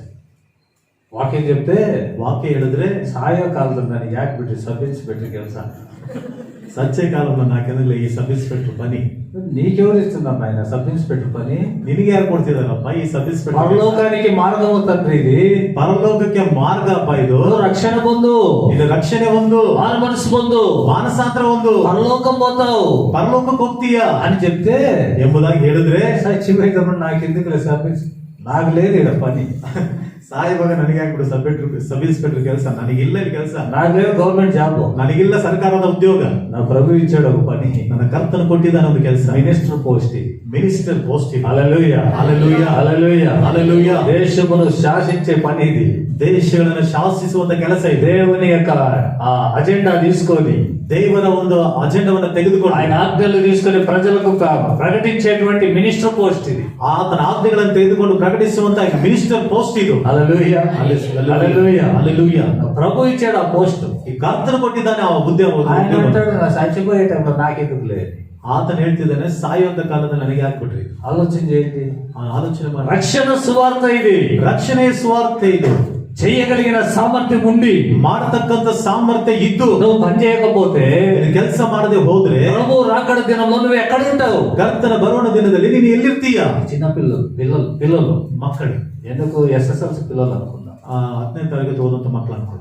పరీక్ష టైం వచ్చింది, ಪರೀಕ್ಷೆ ಸಮಯ, సంవత్సరం అంతా చదవరు, ವರ್ಷವೆಲ್ಲ ಓದೋದಿಲ್ಲ. మన జాను స్టీఫన్ అంటారు, ನಮ್ಮ ಜಾನ್ ಸ್ಟೀಫನ್ ಅಂತವ್ರು వాళ్ళని ఆడడానికి ఈడిస్తే, ఆడుకోవడానికి వదిలిపెడితే, ಅವರನ್ನ ಆಟ ಆಡೋದಕ್ಕೆ ಬಿಟ್ಟು ಬಿಟ್ರೆ, అబ్బా వాళ్ళ ఆటలు ఇంకా ఎవడు ఆడాడు అట్లా ఆడతారు వాళ్ళు. ಅಬ್ಬ ಅವರ ಆಟಗಳು ಇನ್ನು ಯಾರು ಆಡೋದಿಲ್ಲ ಹಂಗ ಆಡ್ತಾರೆ ಅವರು, అట్లా ఆడతారు. ಆ ರೀತಿ ಆಡ್ತಾರೆ. పరీక్ష వచ్చినప్పుడు ఏం చేస్తారు? ಪರೀಕ್ಷೆ ಬಂದಾಗ ಏನ್ ಮಾಡ್ತಾರೆ? సిమి ಏನ್ ಮಾಡ್ತಾರೆ? ఎగ్జామ్ వచ్చేసింది, ఎస్ఎస్ఎల్సి ఎగ్జామ్ అనుకుందాం, 10ನೇ ತರಗತಿ ಎಕ್ಸಾಮ್ ಬಂದಿದೆ, సంవత్సరం అంతా చదవలే, ಇಡೀ ವರ್ಷವೆಲ್ಲ ಓದ್ಲಿ, ఇక ఆ రోజు తీసుకుంటారు. ಇನ್ನು ಆ ದಿನ ತೆಗೆದುಕೊಳ್ತಾರೆ. తీసుకుని గట్టిగా చదవడం, ತೆಗೆದುಕೊಂಡು ಗಟ್ಟಿಯಾಗಿ యెహోవా నా కాపరి, ಯೆಹೋವನು ನನಗೆ ಕುರುಬನು, నాకు ఏమీ కలగదు. ನನಗೆ ಕೊರತೆ ಉಂಟಾಗೋದಿಲ್ಲ. వాళ్ళ అమ్మ నాయనలు అనుకుంటారు, వీడు పాస్ అయితే ఒక వాచ్ అన్న తీసేయాలి. ಅವರ ತಂದೆ ತಾಯಿಗಳು ಅಂದ್ಕೊಳ್ತಾರೆ, ಅವನು ಪಾಸರ್ ಒಂದು ವಾಚನ ತೆಗೆದುಕೊಡ್ಬೇಕು. ఎందుకంటే అంత సౌండ్ ఉంది కదా, ಯಾಕಂದ್ರೆ ಅಷ್ಟು ಶಬ್ದ ಇದೆಯಲ್ಲ, ఫుల్ సౌండ్, ಫುಲ್ ಶಬ್ದ, భయం లోపల, ಹೆದರಿಕೆ ಒಳಗಡೆ, భయం ఉంటుంది లేదా? ಹೆದರಿಕೆ ಇರುತ್ತಾ ಇರಲ್ಲ. ఎందుకు భయము? ಯಾತಕ್ಕೆ ಭಯ? ఏం వచ్చాయో, మనం ఏం చదువుకున్నామో, ಏನ್ ಬರುತ್ತೋ ನಾವ್ ಏನ್ ಓದ್ಕೊಂಡ್ವಿ అప్పటికప్పుడు చూసుకోవడం, ಆಗಿದ್ದಾಗ್ಲೇ ನೋಡ್ಕೊಳ್ಳೋದು. ఒక చంద్రబాబు అన్నాడు, వాళ్ళ అక్క కొడుకంట, ಚಂದ್ರಭದ್ರ ಹೇಳಿದ್ರು ಅವ್ರ ಅಕ್ಕನ ಮಗ ಅಂತ. ఏది చూసినా అది రాసిందే ఇది రాసిందే అంటాడంట. ಯಾವ್ದನ್ನ ನೋಡ್ರ ಅದನ್ನ ಬರ್ದೀನಿ ಬಿಡು ಇದನ್ನ ಬರ್ದೀನಿ ಅಂತ. చెప్పురా అంటే లేదు చీటీ చూసుకొని రాసిన. ಏನೋ ಅಂದ್ರೆ ಚೀಟಿಯನ್ನ ನೋಡ್ಕೊಂಡು ಬರ್ದಿದ್ರಿ. ఇంకొకటి ఏది రాయలేదు అన్నాడంట. ಇನ್ನೊಂದೇನು ಬರ್ದಿಲ್ಲ ಅಂತ ಅಂದ. ఎందుకు రాయలేదు? ಯಾತಕ್ಕೋ ಬರ್ದಿಲ್ಲ? నేను తీసుకుపోయితే రాలేదు, నేనేం చేశాను? ನಾನು ತೆಗೆದುಕೊಂಡು ಹೋಗಿದ್ದು ಬಂದಿಲ್ಲ ಅಂತ ನಾನೇನ್ ಮಾಡ್ಲಿ ಅಂತ ಹೇಳ್ತಿದ್ದಾನೆ. నేను తీసుకుపోయితే రాలేదు, నేనేం చేసింది? ನಾನು ತೆಗೆದುಕೊಂಡು ಹೋಗಿದ್ದು ಬರ್ಲಿಲ್ಲ, నానేం ಮಾಡ್ಲಿಲ್ಲ. అదే సంవత్సరం అంతా చదివింటే, అదే ఆ ವರ್ಷವೆಲ್ಲ ಓದಿದ್ರೆ చీటీలతో పని లేదు కదా, చీటిಗಳಿಂದ ಕೆಲಸ ಇರ್ತಾರೆ. అలాగే ಹಾಗೆಯೇ మనకు అప్పగించబడినటువంటి ఆ తలాంతులు తీసుకొని ನಮಗೆ ಒಪ್ಪಿಸಲ್ಪಟ್ಟಂತ ಆ ತಲಾಂತುಗಳನ್ನು ತೆಗೆದುಕೊಂಡು మనం దేవుని పని చేయగలిగితే, ನಾವು ದೇವರ ಕೆಲಸವನ್ನ ಮಾಡುವುದೇ ಆದರೆ యేసుప్రభు వచ్చేటప్పుడు మనం వెయిట్ చేస్తాం, ఎప్పుడెప్పుడు వస్తాడా, ಯೇಸು ಕ್ರಿಸ್ತನು ಬರುವಾಗ ನಾವು ಕಾದಿರ್ತೀವಿ, ಯಾವಾಗ ಬರ್ತಾರ, ఎప్పుడెప్పుడు వస్తాడా, ಯಾವಾಗ ಬರ್ತಾರ, ఎప్పుడెప్పుడు వస్తాడా, ಯಾವಾಗ ಬರ್ತಾರ. యేసయ్యా నా ప్రియా, ఎప్పుడో నిరాకడ సమయం, ఎప్పుడో నిరాకడ సమయం, యేసయ్యా నా ప్రియా, ఎప్పుడో నిరాకడ సమయం, ఎప్పుడో నిరాకడ సమయం, యేసయ్యా నా ప్రియా. ఎదురు చూస్తూ ఉంటా, ನಾವು ಎದುರು ನೋಡ್ತಾ ಇರ್ತೀವಿ. కూర్చో. ఎదురు చూస్తా ఉంటే ఎప్పుడు వస్తాడా, ಎದುರು ನೋಡ್ತಾ ಇರ್ತೀವಿ, ಯಾವಾಗ ಬರ್ತಾರ, ఎప్పుడు వస్తాడా, ಯಾವಾಗ ಬರ್ತಾರ. ఎందుకు చెప్పండి? ಯಾತಕ್ಕೆ ಹೇಳ್ರಿ? వచ్చిన వెంటనే ಬಂದ ಕೂಡಲೇ బడా నమ్మకమైన మంచి దాసుడా, ಬಡ ಒಳ್ಳೆ ನಂಬಿಗಸ್ತನಾದ ಒಳ್ಳೆ ಆಳು అంటాడు కదా. ಅಂತಾರ. అందుకని ఎప్పుడు వస్తాడా, ಅದಕ್ಕಾಗಿ ಯಾವಾಗ ಬರ್ತಾರ, ఎప్పుడు వస్తాడా, ಯಾವಾಗ ಬರ್ತಾರ, ఎప్పుడు వస్తాడా. ಯಾವಾಗ ಬರ್ತಾರ. కొంతమంది ఉంటారు, ಸ್ವಲ್ಪ ಜನ ಇರ್ತಾರೆ, అక్కడ పరిచర్య పోవాలన్నా వస్తావంటే ఈ రోజు ఎందుకో తలనొచ్చిందన్నా, ಅಲ್ಲಿಗೆ ಸೇವೆಗೆ ಹೋಗ್ಬೇಕು ಬರ್ತೀಯ ಅಂತ ಕೇಳಿದ್ರೆ, ಅಣ್ಣ ಇದನ್ನ ತಲೆ ನೋವ್ತಾ ಇದೆಯಣ್ಣ, ఈ రోజు నాకు వేరే పని ఉందన్న, కాలు మీద కాలు వేసుకొని పండుకొని ఫోన్ లో, ఈ రోజు ఏదో పని ఉందన్న, ಕಾಲ್ ಮೇಲೆ ಕಾಲ್ ಹಾಕೊಂಡು ಮಲ್ಕೊಂಡು, ಅಣ್ಣ ಈ ದಿನ ಕೆಲಸ ಇದೆಯಣ್ಣ, ఈ రోజు అక్కడికి పోవాలి, ಈ ದಿನ ಅಲ್ಲಿಗೆ ಹೋಗ್ಬೇಕು. ఎందుకు వస్తుంది ఇట్లా? ಯಾಕೋ ತಲೆ ನೋವ್ತಾ ಇದೆ. యేసుప్రభు ముందు చెప్తావా? ಯೇಸು ಕ್ರಿಸ್ತನ ಮುಂದೆ ಹೇಳ್ತೀಯ, ಇವು చెప్తావా? ಹೇಳ್ತೀಯ. ఛీ ಛೀ, సోమరి అయిన చెడ్డ దోసుడా, ಸೋಮರಿಯಾದ ಕೆಟ್ಟ ಆಳು, సోమరి ಸೋಮಾರಿ, ఒళ్ళు బరువు, ಮೈ ಭಾರ, బైబిల్ ఉంది కదా. సత్యవేదలు ಇದೆಯಲ್ಲ, ఈ తలుపు వాటి ఏంది ఆ ఇంచెస్ పై తిరుగుతా ఉంటాయి. ఈ బాగిలు ఆ ఇంచెస్ ಮೇಲೆ తిరుగుతా ಇರುತ್ತೆ. ఇటంటే అటు పోతుంది, ఇటంటే ఇటు వస్తుంది. అన్నే ఉంటది, అది ఎటు తిప్పినా అన్నే ఉంటది, ఆడికి పోతుంది. ಆ ಕಡೆ ಅಂದ್ರೆ ಹಂಗ ಹೋಗುತ್ತೆ, ಈ ಕಡೆ ಅಂದ್ರೆ ಈ ಕಡೆ ಬರುತ್ತೆ, ಅಲ್ಲೇ ಇರುತ್ತೆ, ಅಲ್ಲೇ ತಿರುಗ್ತಾ ಇರುತ್ತೆ. ಸೋಮಾರಿ మంచం మీద తిరుగుతుంటాడు. ಮಂಚದ ಮೇಲೆ ಓಡಾಡ್ತಿರ್ತಾನೆ. సామెతల గ్రంథంలో ಜ್ಞಾನೋಕ್ತಿಗಳಲ್ಲಿ మంచం పై తిరుగుతుంటాడంట. ಮಂಚದ ಮೇಲೆ ಓಡಾಡ್ತಿರ್ತಾನಂತೆ. ఎటు తిరిగినా మంచమే, ಯಾವ ಕಡೆ ತಿರುಗಿದ್ರು ಮಂಚನೇ. కదలడు బయటికి, ಕದಲೋದಿಲ್ಲ, ಹೊರಗಡೆ రాడు, ಹೊರಗಡೆ ಬರೋದಿಲ್ಲ. ఎక్కడికైనా పోవాలంటే రావు కాళ్ళు. ಎಲ್ಲಿಗಾದ್ರೂ ಹೋಗ್ಬೇಕಂದ್ರೆ ಕಾಲುಗಳು ಮುಂದೆ ಬರೋದಿಲ್ಲ. యేసుప్రభు వచ్చినప్పుడు ఏం చెప్తావు? ಯೇಸು ಕ್ರಿಸ್ತನು ಬಂದಾಗ ಏನ್ ಹೇಳ್ತೀಯಾ? అదే నువ్వు పని చేస్తే, ಅದೇ ನೀನ್ ಕೆಲಸ ಮಾಡಿದ್ರೆ, సంతోషంగా పని చేస్తే, ಸಂತೋಷವಾಗಿ ಕೆಲಸ ಮಾಡಿದ್ರೆ ఆయన ఇంకా నిన్ను బలంతో నింపుతాడు. ಆತನು ಇನ್ನು ಆತನ ಬಲದಿಂದ ಹೆಚ್ಚಾಗಿ ತುಂಬಿಸ್ತಾನೆ. నిన్ను ఇంకా బలపరుస్తాడు. ನಿನ್ನನ್ನ ಇನ್ನು ಹೆಚ್ಚಾಗಿ ಬಲಪಡಿಸುತ್ತಾನೆ. సేవ చేసేటట్టుగా చేస్తాడు. ಸೇವೆ ಮಾಡುವಂತೆ ನಿನ್ನನ್ನು ಮಾಡ್ತಾನೆ. కొంచెం పనులలో ఒళ్ళు బరువుతో పండుకుంటే ఎట్లా చేస్తావు సేవ? ಸ್ವಲ್ಪ ಕೆಲಸದಲ್ಲಿ ಮೈಭಾರವಾಗಿ ಮಲಿಕೊಂಡ್ರೆ ಹಿಂಗ್ ಮಾಡ್ತೇವೆ ಸೇವೆ. ಪೌಲನು కళ్ళ దృష్టి ప్రాబ్లం అంట, కళ్ళు ప్రాబ్లం అంట, ಕಣ್ಣಿನ ಸಮಸ್ಯೆ ಆತನಿಗೆ. అయినా ಆದರೂ సువార్త పని చేశాడు. ಸುವಾರ್ತೆ ಕೆಲಸ ಮಾಡಿ. ఎంత పని చేశాడు? ಎಷ್ಟು ಕೆಲಸ ಮಾಡಿದಾನೆ? కొంచెం తక్కువ ఏషియా ఖండానికి ప్రకటించాడు. ಸ್ವಲ್ಪ ಕಡಿಮೆ ಏಷ್ಯಾ ಖಂಡಕ್ಕೆ ಪ್ರಕಟಿಸಿದನು. హల్లెలూయా, హల్లెలూయా, హల్లెలూయా, హల్లెలూయా. ఖండాలొద్దు. ఖండ అంటే ఈ ఖండాలు కాదు, మళ్ళీ ಖಂಡ ಅಂದ್ರೆ ఈ ಖಂಡಗಳಲ್ಲ. ఏషియా ఖండ ఒక 5 ఖండాలు ఉన్నాయి కదా. Asia, Europe, Africa, America. Asia, Europe, Africa, America ఖండాలు ఉన్నాయి. ಖಂಡಗಳು ಇದೆಯಲ್ಲ. అలా మటన్ ఖండాలు కాదు, కోసి పెట్టినాయి. కొయ్దిట్టంత మటన్. ఏషియా, ఆసియా, మన దేశం, మన భారతదేశం ఏషియా ఖండంలో ఉంది. ನಮ್ಮ ಭಾರತ ದೇಶ ಆಸಿಯಾ ಖಂಡದಲ್ಲಿದೆ. ఆ ఖండం కొంచెం తక్కువ ఏషియా ఖండానికి ప్రకటించాడట సువార్త. ಸ್ವಲ್ಪ ಕಡಿಮೆ ಆ ಆಸಿಯಾ ಖಂಡಕ್ಕೆ ಪೂರ್ತಿಯಾಗಿ ಪ್ರಕಟಿಸಿದಂತೆ. ನಾವು బొమ్మకట్ట దాటాం. బొమ్మన్కಟ್ಟೆ ದಾಟೋದಿಲ್ಲ.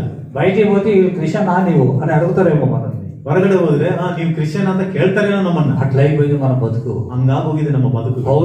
పౌలు సమస్యలున్నా, శోధనలున్నా, ఒక ముళ్ళు అతన్ని కుచ్చుతూ ఉన్నా, ಒಂದು ಮುಳ್ಳು ಆತನನ್ನು ಚುಚ್ಚುತ್ತಾ నన్ను బలపరచువాని యందు ನನ್ನನ್ನು ಬಲಪಡಿಸುವ ಆತನಲ್ಲಿ సమస్తమును చేయగలను, ನಾನು ಎಲ್ಲವನ್ನ ಮಾಡುತ್ತೇನೆ అని ఒక తీర్మానం చేసుకున్నాడు. ಎಂಬುದಾಗಿ ಒಂದು ತೀರ್ಮಾನ ಮಾಡಿಕೊಂಡಿದ್ದಾನೆ. హల్లెలూయా, హల్లెలూయా. అందుకే సేవ చేయగలిగాడు. ಅದಕ್ಕಾಗಿ ಸೇವೆ ಮಾಡ್ಲಿಕ್ಕಾಯಿತು. సేవలో బలంగా ముందుకు వెళ్ళిపోయాడు. ಸೇವೆಯಲ್ಲಿ ಶಕ್ತಿಯುತವಾಗಿ ಮುಂದೆ ఉత్సాహంగా సేవ చేశాడు. ಉತ್ಸಾಹದಿಂದ ಸೇವೆ ಮಾಡಿದನು. చేస్తున్నామా మనం సేవ?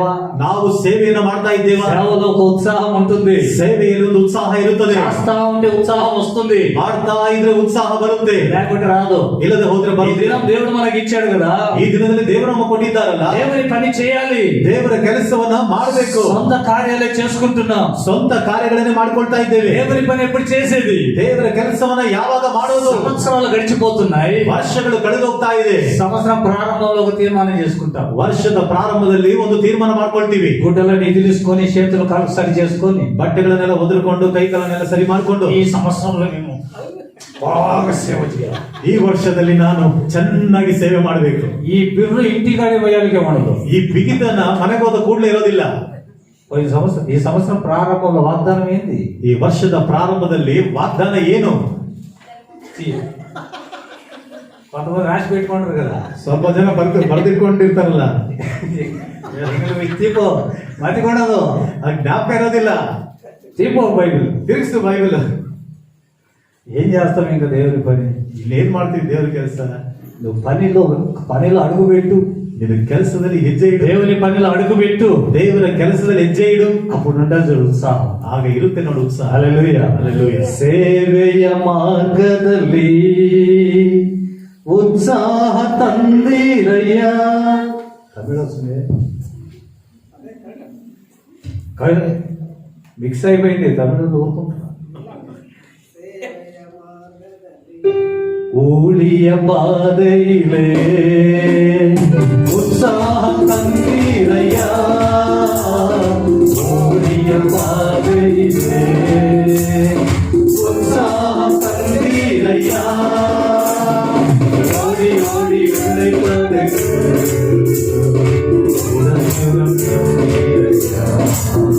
நான் ஓடி ஓடி உழைப்பதற்கு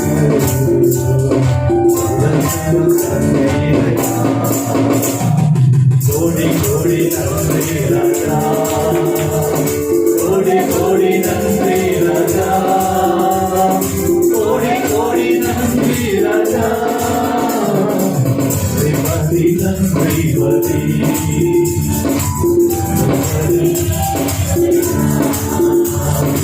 அதிகாலை ஆனந்தமே அப்பாவும் திருப்பாதமே அதிகாலை ஆனந்தமே அப்பாவும் திருப்பாதமே தேவியமாகவே உற்சாகம் தந்திருவே தேவியமாகவே உற்சாகம் தந்திருவே ஓடி ஓடி துடியலுனா சுகபலனிருவே ஓடி ஓடி துடியலுனா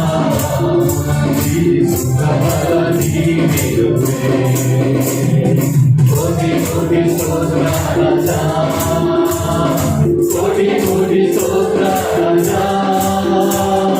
ಕೋಟಿ ಕೋಟಿ ಸ್ತೋತ್ರ ರಾಜ ಸುಖಮತಿ ಸುಖಮತಿ ಏಸಯ್ಯ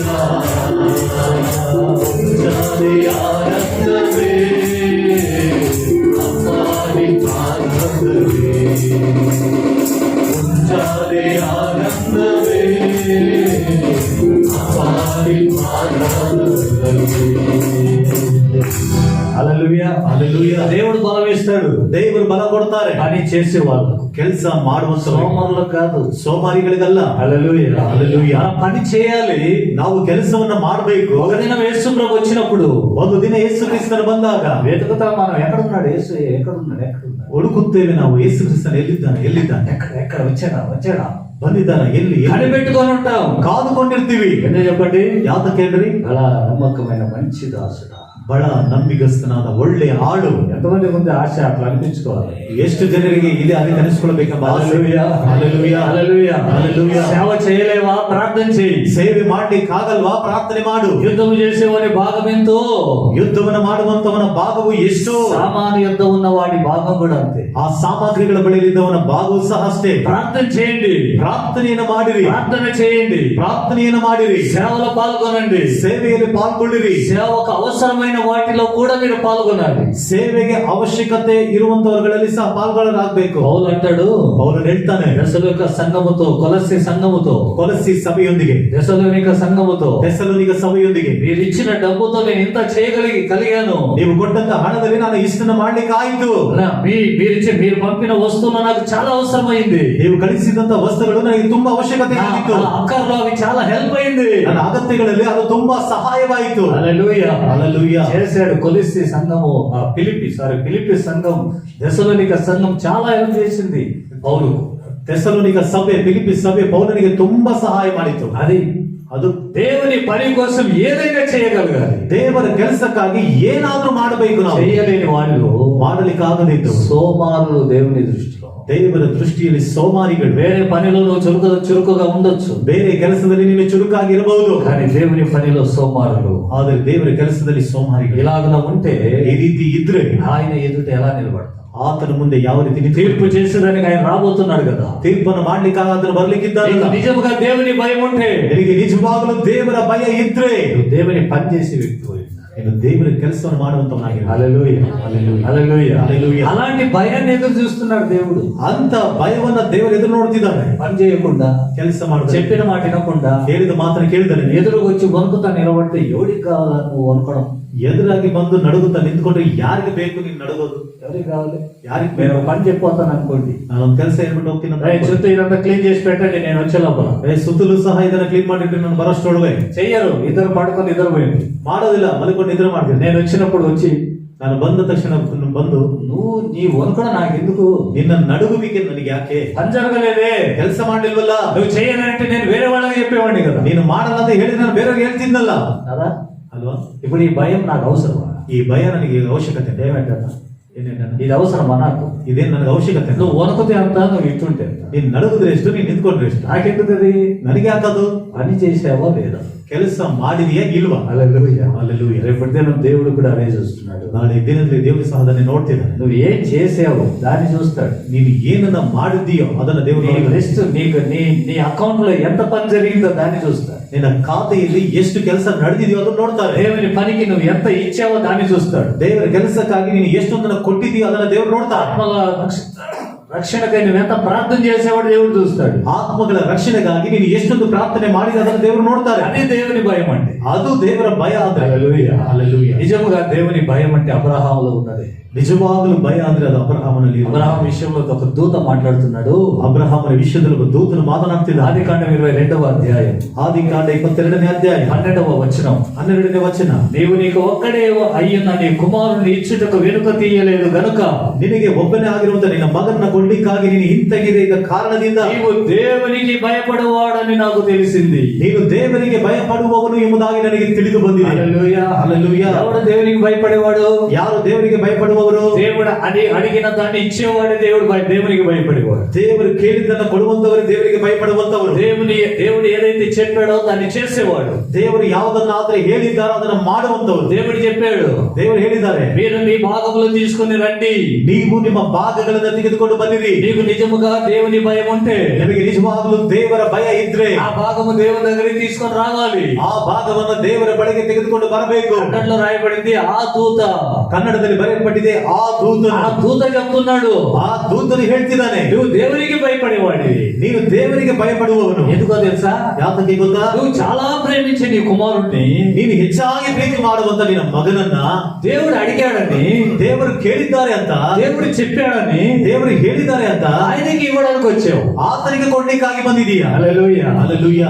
ఈ కుమారుడి కంటే ಈ ನಿನ್ನ ಮಗನಿಗಿಂತ దేవుని మాట నీకు ఎక్కువైపోయింది. ದೇವರ ಮಾತು ನಿನಗೆ ಹೆಚ್ಚಾಗೋಯ್ತು. దేవుని మాటను గౌరవిస్తున్నావు. ದೇವರ ಮಾತನ್ನು ನೀನು ಗೌರವಿಸುತ್ತಿದ್ದೀಯ. దేవుని నువ్వు కనబరుస్తున్నావు. ದೇವರನ್ನ ನೀನು ಕನಪಡಿಸುತ್ತಿದ್ದೀಯಾ.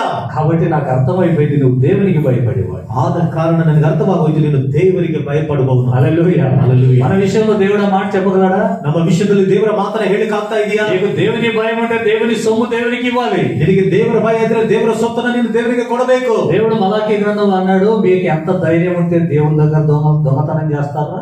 ದೇವರ ವಾಕ್ಯದಲ್ಲಿ ದೇವರು ಹೇಳ್ತಾರೆ, ಮಲಾಕಿ ಗ್ರಂಥದಲ್ಲಿ, ದೇವರ ಬಳಿಯಿಂದ ನೀವು ದೇವರ ಸೊತ್ತನ್ನು ನೀವು ಕತ್ಕೊಳ್ತೀರಿ. ನಿಮ್ಗೆ ಎಷ್ಟು ಧೈರ್ಯ ಇದೆ? ఎంత ధైర్యం ఉంది మీకు? ನಿಮಗೆ ಎಷ್ಟು ಧೈರ್ಯ? ನನಗೆ నా దగ్గరే దొంగతనమా? ನನ್ನ ಹತ್ರನೇ ಕಳ್ತನನ. ఇశ్రాయేలీయులు అన్నారంట, ఏ విషయంలో దొంగతనం చేశాం? ಇಸ್ರಾಯೇಲ್ ಹೇಳಿದ್ರೆ, ನಾವು ಯಾವ ವಿಷಯದಲ್ಲಿ ಕಳ್ತನ ಮಾಡಿದೀವಿ? నాకు ఇవ్వవలసిన భాగం ఇవ్వక, ನನಗೆ ಕೊಡಬೇಕಾದಂತ ಭಾಗವನ್ನ ಕೊಡದೆ దొంగలైపోయారా మీరు?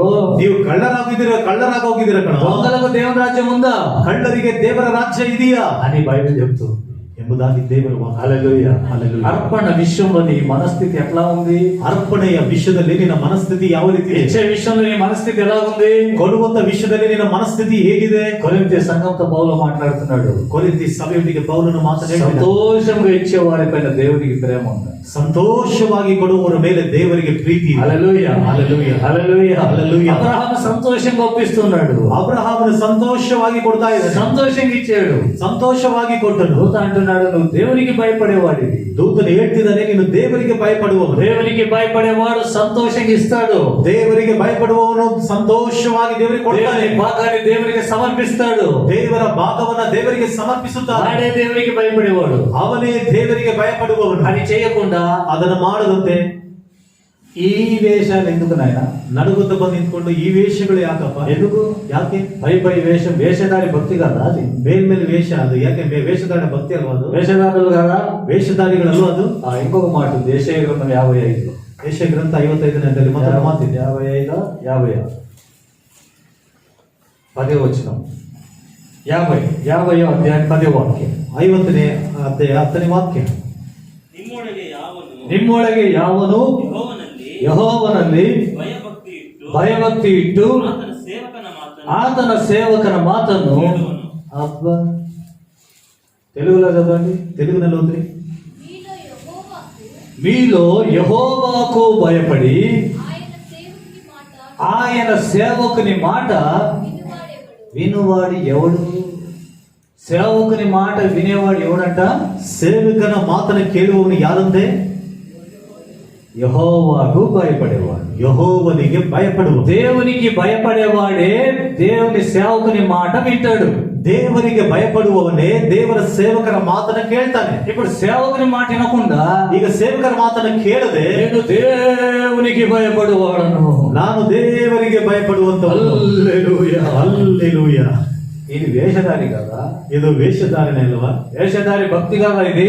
ವೇಷಧಾರಣೆಯ ಭಕ್ತಿ ಅಲ್ವಾ ಇದು? యెహోవాకు భయపడేవాడు తన సేవకుని మాట వినాలి. ಯೆಹೋವನಿಗೆ ಭಯಪಡುವವನು ಆತನ ಸೇವಕರ ಮಾತನ್ನ ಕೇಳಬೇಕು. సేవకుడినే ಸೇವಕರನ್ನೇ ಅಂತ అని చెప్పి ನಿಮ್ಮದಾಗಿ ಹೇಳಿ, ప్రభువా ಕರ್ತನೇ నీవు వాగ్దానము చేశావు, ನೀನು ವಾಗ್ದಾನವನ್ನು ಮಾಡಿದ್ದೀಯಾ, ఆశీర్వాదం చేస్తానని.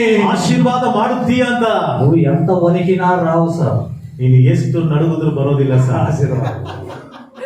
అరే దేవుని భయం కాదు అది, ಅದು ದೇವರ ಭಯ ಅಲ್ಲ. ಅದು నీ నీ వాంఛ, నీ నీ నీ వ్యామోహం, దేవుని ఆశీర్వాదాల పైన నీకున్న వ్యామోహం. ನಿನಗೆ ದೇವರ ಆಶೀರ್ವಾದಗಳ ಮೇಲೆ ನಿನಗಿರುವಂತ ವ್ಯಾಮೋಹ ಅದು. దేవుడు చూస్తాడు. ದೇವರು ನೋಡ್ತಾನೆ. ఉదయ వేషధారి, ಅಯ್ಯೋ ವೇಷಧಾರಿ, ఎంత వణుకుతున్నావు, ಎಷ್ಟೊಂದು ನಡುಗ್ತಾ ಇದೆಯೋ. నన్ను మోసం చేద్దాం అనుకుంటున్నావా? ನನ್ನನ್ನ ಮೋಸ ಮಾಡ್ತೀಯ. నువ్వు నాకు భయపడేవాడివైతే, ನೀನು ನನಗೆ ಭಯಪಡುವಂತವನಾಗಿದ್ದೆ. నీవు నాకు భయపడేవాడివైతే, ನೀನು ನನಗೆ భయపಡುವಂತವನಾಗಿದ್ರೆ సేవకుని మాటిద్దా? ಸೇವಕರ ಮಾತನ್ನ ಕೇಳಿ ఆయన ప్రకటించడంలే నా వార్తను, ಆತನು ಪ್ರಕಟಿಸುತ್ತಾ ಇಲ್ವಾ ನನ್ನ ಸಂದೇಶವನ್ನ? నువ్వు చేయవలసింది ఏదో తెలియజేస్తున్నాడు కదా. ನೀನು ಮಾಡಬೇಕಾಗಿದ್ದನ್ನ ಏನು ತಿಳಿಯಪಡಿಸ್ತಾ ಇದಾರಲ್ಲ, అవి వద్దు సార్ మాకు. ಅವುಗಳು ಬೇಡ ಸರ್. ప్రభా ಕರ್ತನೆ, మా భాష ఏం మాట్లాడకూడదు, ನಮ್ಮ ಭಾಷೆ ಏನು ಮಾತಾಡ ఏం మాట్లాడకూడదు, ಏನು ಮಾತಾಡಬಾರ್ದು. ఆయన ఏం అనకూడదు, మమ్మల్ని ಅವ್ರು ನಾವು ಏನ್ ಅನ್ಬಾರ್ದು, ఏం చేసినా ఏం చెప్పకూడదు. ಏನ್ ಮಾಡಿದ್ರು ಏನ್ ಹೇಳ್ಬಾರ್ದು. చెప్తే మాకు కోపం వస్తుంది. ಹೇಳಿದ್ರೆ ನಮ್ಗೆ ಕೋಪ ಬರುತ್ತೆ. అది ఎందుకు ఊరికే? ಅದ್ಯಾಕೆ ಸುಮ್ಮನೆ ఏం చెప్పకూడదు. ಏನ್ ಹೇಳ್ಬಾರ್ದು. ఆయన అంటాడు, నేను ఎవరిని పంపించిదినో వాడి మాట వినండ్రా, మీరు నా మాట విన్నట్టు అని. ಆತನ ಹೇಳ್ತಿದ್ದಾನೆ, ನಾನು ಕಳಿಸಿದವರ ಮಾತನ್ನ ಕೇಳ್ರೋ, ಅವರ ಮಾತನ್ನ ಕೇಳಿ ನನ್ನ ಮಾತನ್ನ ಕೇಳಿದಂಗೆ.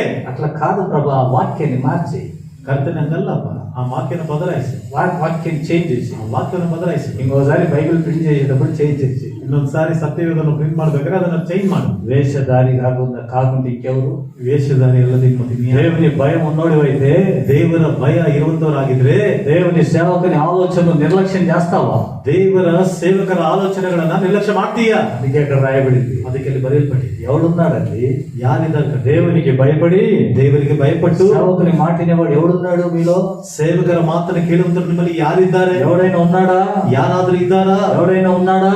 ಯಾರಾದ್ರೂ ಇದ್ದಾರಾ? అలాగా ఎవడైనా ఉంటే ಆ ರೀತಿ ಯಾರಾದ್ರೂ ಇದ್ರೆ వాడు యెహోవా నామమును ఆశ్రయించి ಅವರು ಯೆಹೋವನ ನಾಮವನ್ನು ಆಶ್ರಯಿಸಿ దేవుని నమ్ముకోవాలి. ದೇವರನ್ನ ನಂಬಿಕೊಳ್ಳಬೇಕು. సేవకుని మాటలు విని ಸೇವಕರ ಮಾತುಗಳನ್ನ ಕೇಳಿ యెహోవాను ఆశ్రయించి ಯೆಹೋವನನ್ನ ಆಶ್ರಯಿಸಿ వారి దేవుని వాడు నమ్ముకోవాలి ಅವನ ದೇವರನ್ನ ಅವನು ನಂಬಿಕೊಳ್ಳಬೇಕು అని దేవుని వాక్యం సెలవిస్తుంది. ಎಂಬುದಾಗಿ ದೇವರ ವಾಕ್ಯ ಹೇಳುತ್ತಾ ಇದೆ. వింటావా దేవుని మాట? ಕೇಳ್ತೀಯ ದೇವರ ಮಾತನ್ನ? వినాలంటే సేవకుడి మాట కూడా వినాలి. ಕೇಳಬೇಕಂದ್ರೆ ಸೇವಕರ ಮಾತನ್ನ ಸಹ ಕೇಳಬೇಕು. హల్లెలూయా. ఇది దేవునికి భయపడడం అంటే, ಇದು ದೇವರಿಗೆ ಭಯಪಡುವುದು ಅಂದ್ರೆ, ఇది దేవునికి భయపడడం అంటే, ಇದು ದೇವರಿಗೆ ಭಯಪಡುವುದಂದ್ರೆ అలా కాకుండా ಆ ರೀತಿ ಅಲ್ಲದೆ దేవుని భయం విడిచి తిరుగుతే ದೇವರ ಭಯವನ್ನು ಬಿಟ್ಟು ತಿರುಗುದ್ರೆ నీతి గల న్యాయాధిపతి రాబోతున్నాడు. ನೀತಿ ಉಳ್ಳ ನ್ಯಾಯಾಧಿಪತಿ ಬರ್ಲಿಕ್ಕಿದ್ದಾನೆ. ఎలా నిలబడతావు? అడిగిదా ಆತನ ಮುಂದೆ ಯಾವ ರೀತಿ ನಿಂತ್ಕೊಳ್ಳಿ? ఎలా నిలబడతావు? ಹೆಂಗೆ ನಿಂತ್ಕೊಳ್ತೀಯ? అబ్రహాం దేవునికి భయపడేవాడు. ದೇವರಿಗೆ ಭಯಪಡುವ, తాను ప్రేమించే తన కుమారుని సమర్పించేశాడు. ತಾನು ಪ್ರೀತಿ ಮಾಡುವಂತ ತನ್ನ ಮಗನನ್ನ ಸಮರ್ಪಿಸಿ. ఆది అపోస్తలుల కాలంలో కూడా, ಆದಿ ಅಪೊಸ್ತಲರ ಕಾಲದಲ್ಲಿಯೂ ಸಹ అపోస్తల కార్యం 2:43 రాయబడింది. ಅಪೊಸ್ತಲ ಕೃತ್ಯಗಳು 2:43 ಬರೆಯಲ್ಪಟ್ಟಿದೆ. వారిలో ప్రతి వానికి భయము కలిగెను. ಅವರಲ್ಲಿ ಪ್ರತಿ ಒಬ್ಬೊಬ್ಬರಿಗೂ ಭಯ ಉಂಟಾಯಿತು. సంఘములో ఒక భయం వచ్చేసింది. ಸಭೆಯಲ್ಲಿ ಒಂದು ಭಯ ಬಂದ್ಬಿಟ್ಟಿದೆ. కాబట్టి ಆದ್ದರಿಂದ 4వ అధ్యాయం 32వ వాక్యంలో 4ನೇ ಅಧ್ಯಾಯ 32ನೇ ವಾಕ್ಯದಲ್ಲಿ తమకు కలిగినది ఏది వాళ్ళది అని అనుకోకుండా, ತಮಗೆ ಇರುವಂತದ್ದನ್ನ ಯಾವುದು ಸಹ ತಮ್ಮದು ಎಂಬುದಾಗಿ ಅಂದುಕೊಳ್ಳದೆ దేవుని సేవకి ఇచ్చేశారు. ದೇವರ ಸೇವೆ ಕೊಟ್ಬಿಟ್ರು. హల్లెలూయా. ಹಲ್ಲೆಲೂಯಾ. దేవుని భయం ఉంది కాబట్టి ದೇವರ ಭಯ ಇರುವುದರಿಂದ ఇది నాది అని ఎవరు చెప్పడంలే. ಇದು ನನ್ನದು ಎಂಬುದಾಗಿ ಯಾರು ಹೇಳ್ತಿಲ್ಲ. భయపడుతున్నారు. ఇది నాది అని చెప్పడానికి భయపడ్డారు. ಇದು ನನ್ನದು ಎಂಬುದಾಗಿ ಹೇಳ್ಕೊಳ್ಳೋದಕ್ಕೆ ಎದುರ್ಕೊಳ್ತಾ ಇದ್ದಾರೆ. ఎందుకంటే ఇది దేవుడు ఇచ్చింది. ಯಾಕಂದ್ರೆ ಇದು ದೇವರು ಕೊಟ್ಟಿದ್ದು. మనం దేవుని సంఘం, ಯಾಕಂದ್ರೆ ನಾವು ದೇವರ ಸಭೆ, మనకు దేవుని స్వాస్థ్యం. ನಾವು ದೇವರಿಗೆ ಸ್ವಾಸ್ಥ್ಯ. అందరినీ సమానంగా చూసుకోవాల్సిన బాధ్యత మనకుంది. ಎಲ್ಲರನ್ನು ಸಮಾನವಾಗಿ ನೋಡಿಕೊಳ್ಳುವಂತಹ ಜವಾಬ್ದಾರಿ ನಮ್ಮ ಮೇಲಿದೆ. నాయకుని మాట వినవలసిన బాధ్యత మనకుంది. ನಾಯಕನ ಮಾತನ್ನ ಕೇಳುವಂತ ಒಂದು ಜವಾಬ್ದಾರಿ ನಮ್ಮ ಮೇಲಿದೆ. కాబట్టి ಆದ್ದರಿಂದ అందరూ తమ ఆస్తులు తెచ్చి పౌలు దగ్గర పేతురు దగ్గర పెట్టారంట. ಎಲ್ಲರೂ ತಮ್ಮ ಆಸ್ತಿಗಳನ್ನು ತೆಗೆದುಕೊಂಡು ಬಂದು ಪೇತ್ರನ ಬಳಿಯಲ್ಲಿ ಇಟ್ಟರಂತೆ. కారణం ఏంటి? ಕಾರಣವೇ దేవుని భయం వచ్చేసింది లోపల. ದೇವರ ಭಯ ಒಳಗಡೆ ಬಂದು దేవుని భయం వచ్చేసింది. ದೇವರ ಭಯ ಬಂದು దేవుని భయం ఉంటే ದೇವರ ಭಯ ಇದ್ರೆ నువ్వు సమర్పించేవి సరిగ్గా సమర్పిస్తావు. ನೀನು ಸಮರ್ಪಿಸುವಂತದ್ದನ್ನ ನೀನು ಸರಿಯಾಗಿ ಸಮರ್ಪಿಸುತ್ತೀಯ. ఎందుకంటే దేవుడు ఒక దినం రాబోతున్నాడు. ಯಾಕಂದ್ರೆ ದೇವರು ಒಂದು ದಿನ ಬರ್ಲಿಕ್ಕಿದ್ದ. ఆయన లెక్క అడుగుతాడు. ಆತನ ಲೆಕ್ಕವನ್ನು రెండో వ్యక్తి, ಎರಡನೇ ವ್ಯಕ್ತಿ దేవునికి భయపడే వ్యక్తి. ದೇವರಿಗೆ ಭಯಪಡುವುದು. లూకా సువార్త 23వ అధ్యాయము ಲೂಕನ ಸುವಾರ್ತ 23ನೇ ಅಧ್ಯಾಯ 39 నుండి 41 వచనం వరకు చదివితే 39ನೇ ವಚನದಿಂದ 41 ವಚನಗಳ ತನಕ ಓದಿದ್ರೆ అక్కడ ఒక దొంగ ఉన్నాడు. దొంగ ಅಲ್ಲೊಬ್ಬ ಕಳ್ಳನಿದ್ದಾನೆ. యేసు ప్రభుని సిలువ వేశారు. ಯೇಸು ಕ್ರಿಸ್ತನನ್ನ ಶಿಲುಬೆಗೆ ಹಾಕಿದ್ರು. అప్పుడు కుడి వైపున ఒకడు ఎడమ వైపున ఒకడు కూడా సిలువకి వేయబడ్డాడు. ಆಗ ಎಡಭಾಗದಲ್ಲಿ ಬಲಭಾಗದಲ್ಲಿ ಒಬ್ಬನು ಶಿಲುಬೆಗೆ ಹಾಕಲ್ಪಟ್ರು. ఎడమ వైపున వాడు అంటున్నాడు, ಎಡಭಾಗದಲ್ಲಿ ಇರುವಂತನು ಹೇಳ್ತಿದ್ದಾನೆ, యేసు ప్రభుని దూషించి ಯೇಸು ಕ್ರಿಸ್ತನನ್ನ ದೂಷಿಸಿ నిన్ను నీవు రక్షించుకో, ನಿನ್ನನ್ನು ನೀನು ರಕ್ಷಿಸಿಕೋ, మమ్మల్ని కూడా రక్షించు అన్నాడు. ನಮ್ಮನ್ನು ಸಹ ರಕ್ಷಿಸುವುದಾಗಿ ಹೇಳಿದ. 41వ వచనంలో 41ನೇ ವಚನದಲ್ಲಿ ఆ రెండవ వాడు చెప్పిన మాట చదవండి. 40వ వచనం. 40ನೇ ವಚನ. ಎರಡನೆಯವರು ಆ. ಅವನನ್ನು ಗದರಿಸಿ, ఉమ్, ನೀನು ಇದೇ ದಂಡನೆ ಆಗಿರುವಾಗಲೂ ఉమ్. ದೇವರಿಗೆ ಎದುರುವುದಿಲ್ಲ. దేవునికి భయపడవా?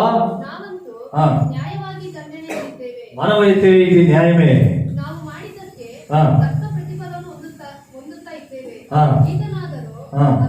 ಅಲ್ಲದೇನು ಮಾಡಲಿಲ್ಲ. చాలు గమనించండి. ಗಮನಿಸಿರಿ, మనము ನಾವು చేసిన కార్యములకు తగిన ప్రతిఫలాలు అనుభవిస్తున్నాం. ಮಾಡಿದ ಕಾರ್ಯಗಳಿಗೆ ಪ್ರತಿಫಲವನ್ನ ಅನುಭವಿಸುತ್ತಿದ್ದೇವೆ. అలాంటప్పుడు ಆ ರೀತಿ ಇದ್ದ ఆయన ఏం నేరం చేయలేదు. ಆತನು ಯಾವ ತಪ್ಪನ್ನು ಮಾಡಲಿಲ್ಲ. ఆయన దూషిస్తున్నావే, ಆತನನ್ನ ದೂಷಣೆ ಮಾಡ್ತಿದೆಯಲ್ಲ, నీకు భయం లేదా? ನಿನಗೆ ಭಯ ಇಲ್ವಾ? నీకు దేవుని భయం లేదా? ನಿನಗೆ ದೇವರ ಭಯ ಇಲ್ವಾ? దేవుని భయం కలిగిన వాడు ఏం చేస్తాడు? ದೇವರ ಭಯ ಉಳ್ಳವನು ಏನ್ ಮಾಡ್ತಾನೆ? తన తప్పులు అర్థం చేసుకొని ತನ್ನ ತಪ್ಪನ್ನ ಅರ್ಥ ಮಾಡಿಕೊಂಡು సరి చేసుకుంటాడు. ಸರಿ ಮಾಡ್ಕೊಳ್ತಾನೆ. దేవుని భయం లేనివాడు ದೇವರ ಭಯ ಇಲ್ಲದೆ ಇದ್ದವನು ఎదుటి వాడిని దూషిస్తాడు. ಎದುರಿನಲ್ಲಿರುವಂತವನ ದೂಷಣೆ ಮಾಡ್ತಾನೆ. సేవకుడిని దూషిస్తాడు. ಸೇವಕನನ್ನ ದೂಷಣೆ ಮಾಡ್ತಾನೆ. పొరుగు వాడిని దూషిస్తాడు. ನೆರೆಯವನನ್ನ ದೂಷಣೆ ಮಾಡ್ತಾನೆ. నిందిస్తాడు. ನಿಂದಿಸುತ್ತಾನೆ. హల్లెలూయా. హల్లెలూయా. గమనించండి, ಗಮನಿಸಿರಿ, దేవుని భయం ఉన్నవాడికి దేవుని భయం లేని వారికి ఉన్న వ్యత్యాసాలు ఇవి. ದೇವರ ಭಯ ಇದ್ದವನಿಗೆ ದೇವರ ಭಯ ಇಲ್ಲದೆ ಇದ್ದವನಿಗೆ ಇರುವಂತಹ ವ್ಯತ್ಯಾಸಗಳಿವೆ. దేవుని భయం లేనివాడు యేసు ప్రభువును దూషిస్తూ ఉన్నాడు. ದೇವರ ಭಯ ಇಲ್ಲದೆ ಇದ್ದವನು ಯೇಸು ಕ್ರಿಸ್ತನನ್ನ ದೂಷಣೆ ಮಾಡ್ತಾನೆ. నీవు రక్షించుకొని నన్ను కూడా రక్షించు అన్నాడు. ನಿನ್ನನ್ನು ರಕ್ಷಿಸಿಕೊಂಡು ನನ್ನನ್ನು ಸಹ ರಕ್ಷಿಸುವುದಾಗಿ. దేవుని భయం కలిగినటువంటి వ్యక్తి, ದೇವರ ಭಯ ಇರುವಂತ ವ್ಯಕ್ತಿ. ఈ ఇంకొక దొంగ, ಮತ್ತೊಬ್ಬ ಕಳ್ಳ, వాటిలో దేవుని భయం వచ్చేసింది. ಅವನ ಒಳಗಡೆ ದೇವರ ಭಯ ಬಂದ್ಬಿಟ್ಟಿದೆ. ಈಗ అప్పుడు అంటున్నాడు, ಆಗ ಹೇಳ್ತಿದ್ದಾನೆ, పశ్చాత్తాపడి ಪಶ್ಚಾತ್ತಾಪ ಪಟ್ಟು తప్పులు ఒప్పుకొని ತಪ್ಪುಗಳನ್ನು ಒಪ್ಪಿಕೊಂಡು మనం ఈ తప్పులు చేసాము, ನಾವು ಈ ತಪ್ಪುಗಳನ್ನ ಮಾಡಿದ್ದೇವೆ, అందుకు ఈ శిక్ష మనకు న్యాయమే, ಅದಕ್ಕೆ ಈ ಶಿಕ್ಷೆ ನ್ಯಾಯವಾದದ್ದೇ, ఇది మనకు న్యాయమే, ಇದು ನ್ಯಾಯವಾದದ್ದೇ, మనం అనుభవించాలి, ನಾವು ಅನುಭವಿಸಬೇಕು, చచ్చిపోవాలి మనం. ಸತ್ತು ಹೋಗಬೇಕು ನಾವು. కానీ ಆದರೆ ప్రభు వైపు తిరిగి అంటున్నాడు, ಕರ್ತನ ಕಡೆಗೆ ತಿರುಗಿ ಹೇಳ್ತಿದ್ದ, ప్రభువా, ಕರ್ತನೆ నీ రాజ్యంలో మమ్మల్ని జ్ఞాపకం చేసుకో. ನಿನ್ನ ರಾಜ್ಯದಲ್ಲಿ ನಮ್ಮನ್ನ ನೆನಪು ಮಾಡು. దేవుని భయం కలిగిన వాడు ದೇವರ ಭಯ ಉಳ್ಳವನು ఈ లోకంలో తప్పించుకోవాలని ఆలోచన చేయడు. ಈ ಲೋಕದಲ್ಲಿ ತಪ್ಪಿಸಿಕೊಳ್ಳಬೇಕೆಂದು ಆಲೋಚನೆ ಮಾಡೋದಿಲ್ಲ. అన్యాయంగా ఆలోచన చేయడు. ಅನ್ಯಾಯವಾಗಿ ಆಲೋಚನೆ ಮಾಡೋದಿಲ್ಲ. మనం తప్పించుకుంటే చాలే, అక్రమం అయితే అన్యాయం అయితే అని ఆలోచన చేయడు. ನಾವು ತಪ್ಪಿಸಿಕೊಂಡ್ರೆ ಸಾಕು ಬಿಡು, ಅಕ್ರಮವಾದ್ರೇನು ಅನ್ಯಾಯವಾದ್ರೆ ಎಂಬುದಾಗಿ ಆಲೋಚನೆ ಮಾಡೋದಿಲ್ಲ. తన తప్పులు గ్రహించుకుంటాడు ముందు. ತನ್ನ ತಪ್ಪುಗಳನ್ನ ಮೊದಲು ಗ್ರಹಿಸಿಕೊಳ್ತಾನೆ. వాడే దేవునికి భయపడేవాడు. ಅವನೇ ದೇವರಿಗೆ ಭಯಪಡುವಂತವನು. తన తప్పులు గ్రహించుకొని ತನ್ನ ತಪ್ಪುಗಳನ್ನ ಗ್ರಹಿಸಿಕೊಂಡು పరలోకం గురించి ఆలోచన చేస్తున్నాడు. ಪರಲೋಕದ ಕುರಿತಾಗಿ ಆಲೋಚನೆ ಮಾಡ್ತೇವೆ. ప్రభువా, ಕರ್ತನೇ, నీ రాజ్యంలో వచ్చినప్పుడు ನಿನ್ನ ರಾಜ್ಯದಿಂದ ಬರುವಾಗ నన్ను కూడా జ్ఞాపకం చేసుకో. ನನ್ನನ್ನು ಸಹ ನೆನಪು ಮಾಡು. దేవుని భయం ఎరిగిన వాడి యొక్క ఆలోచనలు ఇవి. ದೇವರ ಭಯವನ್ನ ತಿಳಿದುಕೊಂಡವನ ಆಲೋಚನೆಗಳು ಇದು. హల్లెలూయా, ಹಲ್ಲೆಲೂಯಾ, హల్లెలూయా, ಹಲ್ಲೆಲೂಯಾ. మనకు దేవుని భయం ఉంటే ನಮಗೆ ದೇವರ ಭಯ ಇದ್ರೆ పరలోకం గురించి ఆలోచన చేస్తాం. ಪರಲೋಕದ ಕುರಿತಾಗಿ ಆಲೋಚನೆ ఈ ಮಾಡಿ. లోకం శాశ్వతం కాదు. ಈ ಲೋಕವು ಶಾಶ್ವತವಾದದಲ್ಲ. అన్యాయం అక్రమాలు చేసి బ్రతకాల్సిన అవసరం ఈ లోకంలో మనకు లేదు. ಅನ್ಯಾಯವನ್ನ ಅಕ್ರಮಗಳನ್ನ ಮಾಡಿ ಈ ಲೋಕದಲ್ಲಿ ಬದುಕಬೇಕಾದ ಅವಶ್ಯಕತೆ ನಮಗಿಲ್ಲ. అవమానకరంగా జీవించాల్సిన అవసరం మనకు లేదు. ಅವಮಾನಕರವಾಗಿ ಜೀವಿಸಬೇಕಾದ ಅವಶ್ಯಕತೆ ನಮಗಿಲ್ಲ. అబద్ధాలు ఆడాల్సిన అవసరం మనకు లేదు. ಸುಳ್ಳನ್ನ ಮಾತನಾಡಬೇಕೆಂಬ ಅವಶ್ಯಕತೆ ನಮಗಿಲ್ಲ. ఉంటే ఈ లోకంలో ఉంటాం, ಇದ್ರೆ ಈ ಲೋಕದಲ್ಲಿ ಇರ್ತೀವಿ. చనిపోతే యేసుతో కూడా ఉంటాం. ಸತ್ತು ಹೋದ್ರೆ ಯೇಸುವಿನೊಂದಿಗೆ ಇರ್ತೀವಿ. హల్లెలూయా, హల్లెలూయా, హల్లెలూయా, ಹಲ್ಲೆಲೂಯಾ. ఈ దొంగ ಈ ಕಳ್ಳನು ప్రాణాలను కూడా త్యజించాడు. ಪ್ರಾಣಗಳನ್ನು ಸಹ ಆತನು విడిచిపెట్టాడు, ಬಿಟ್ಟು తిరస్కరించాడు. ತಿರಸ್ಕರಿಸಿದ. యేసు ಯೇಸು యేసు ಯೇಸು నన్ను రక్షించు ప్రభువా, ನನ್ನನ್ನು ರಕ್ಷಿಸು ಕರ್ತನೇ, నన్ను విడిపించు ప్రభువా ನನ್ನನ್ನು ಬಿಡಿಸು ಕರ್ತನೇ అనలే. ಅನ್ಲಿಲ್ಲ. మేము చేసిన పాపాలకి మరణము తగింది.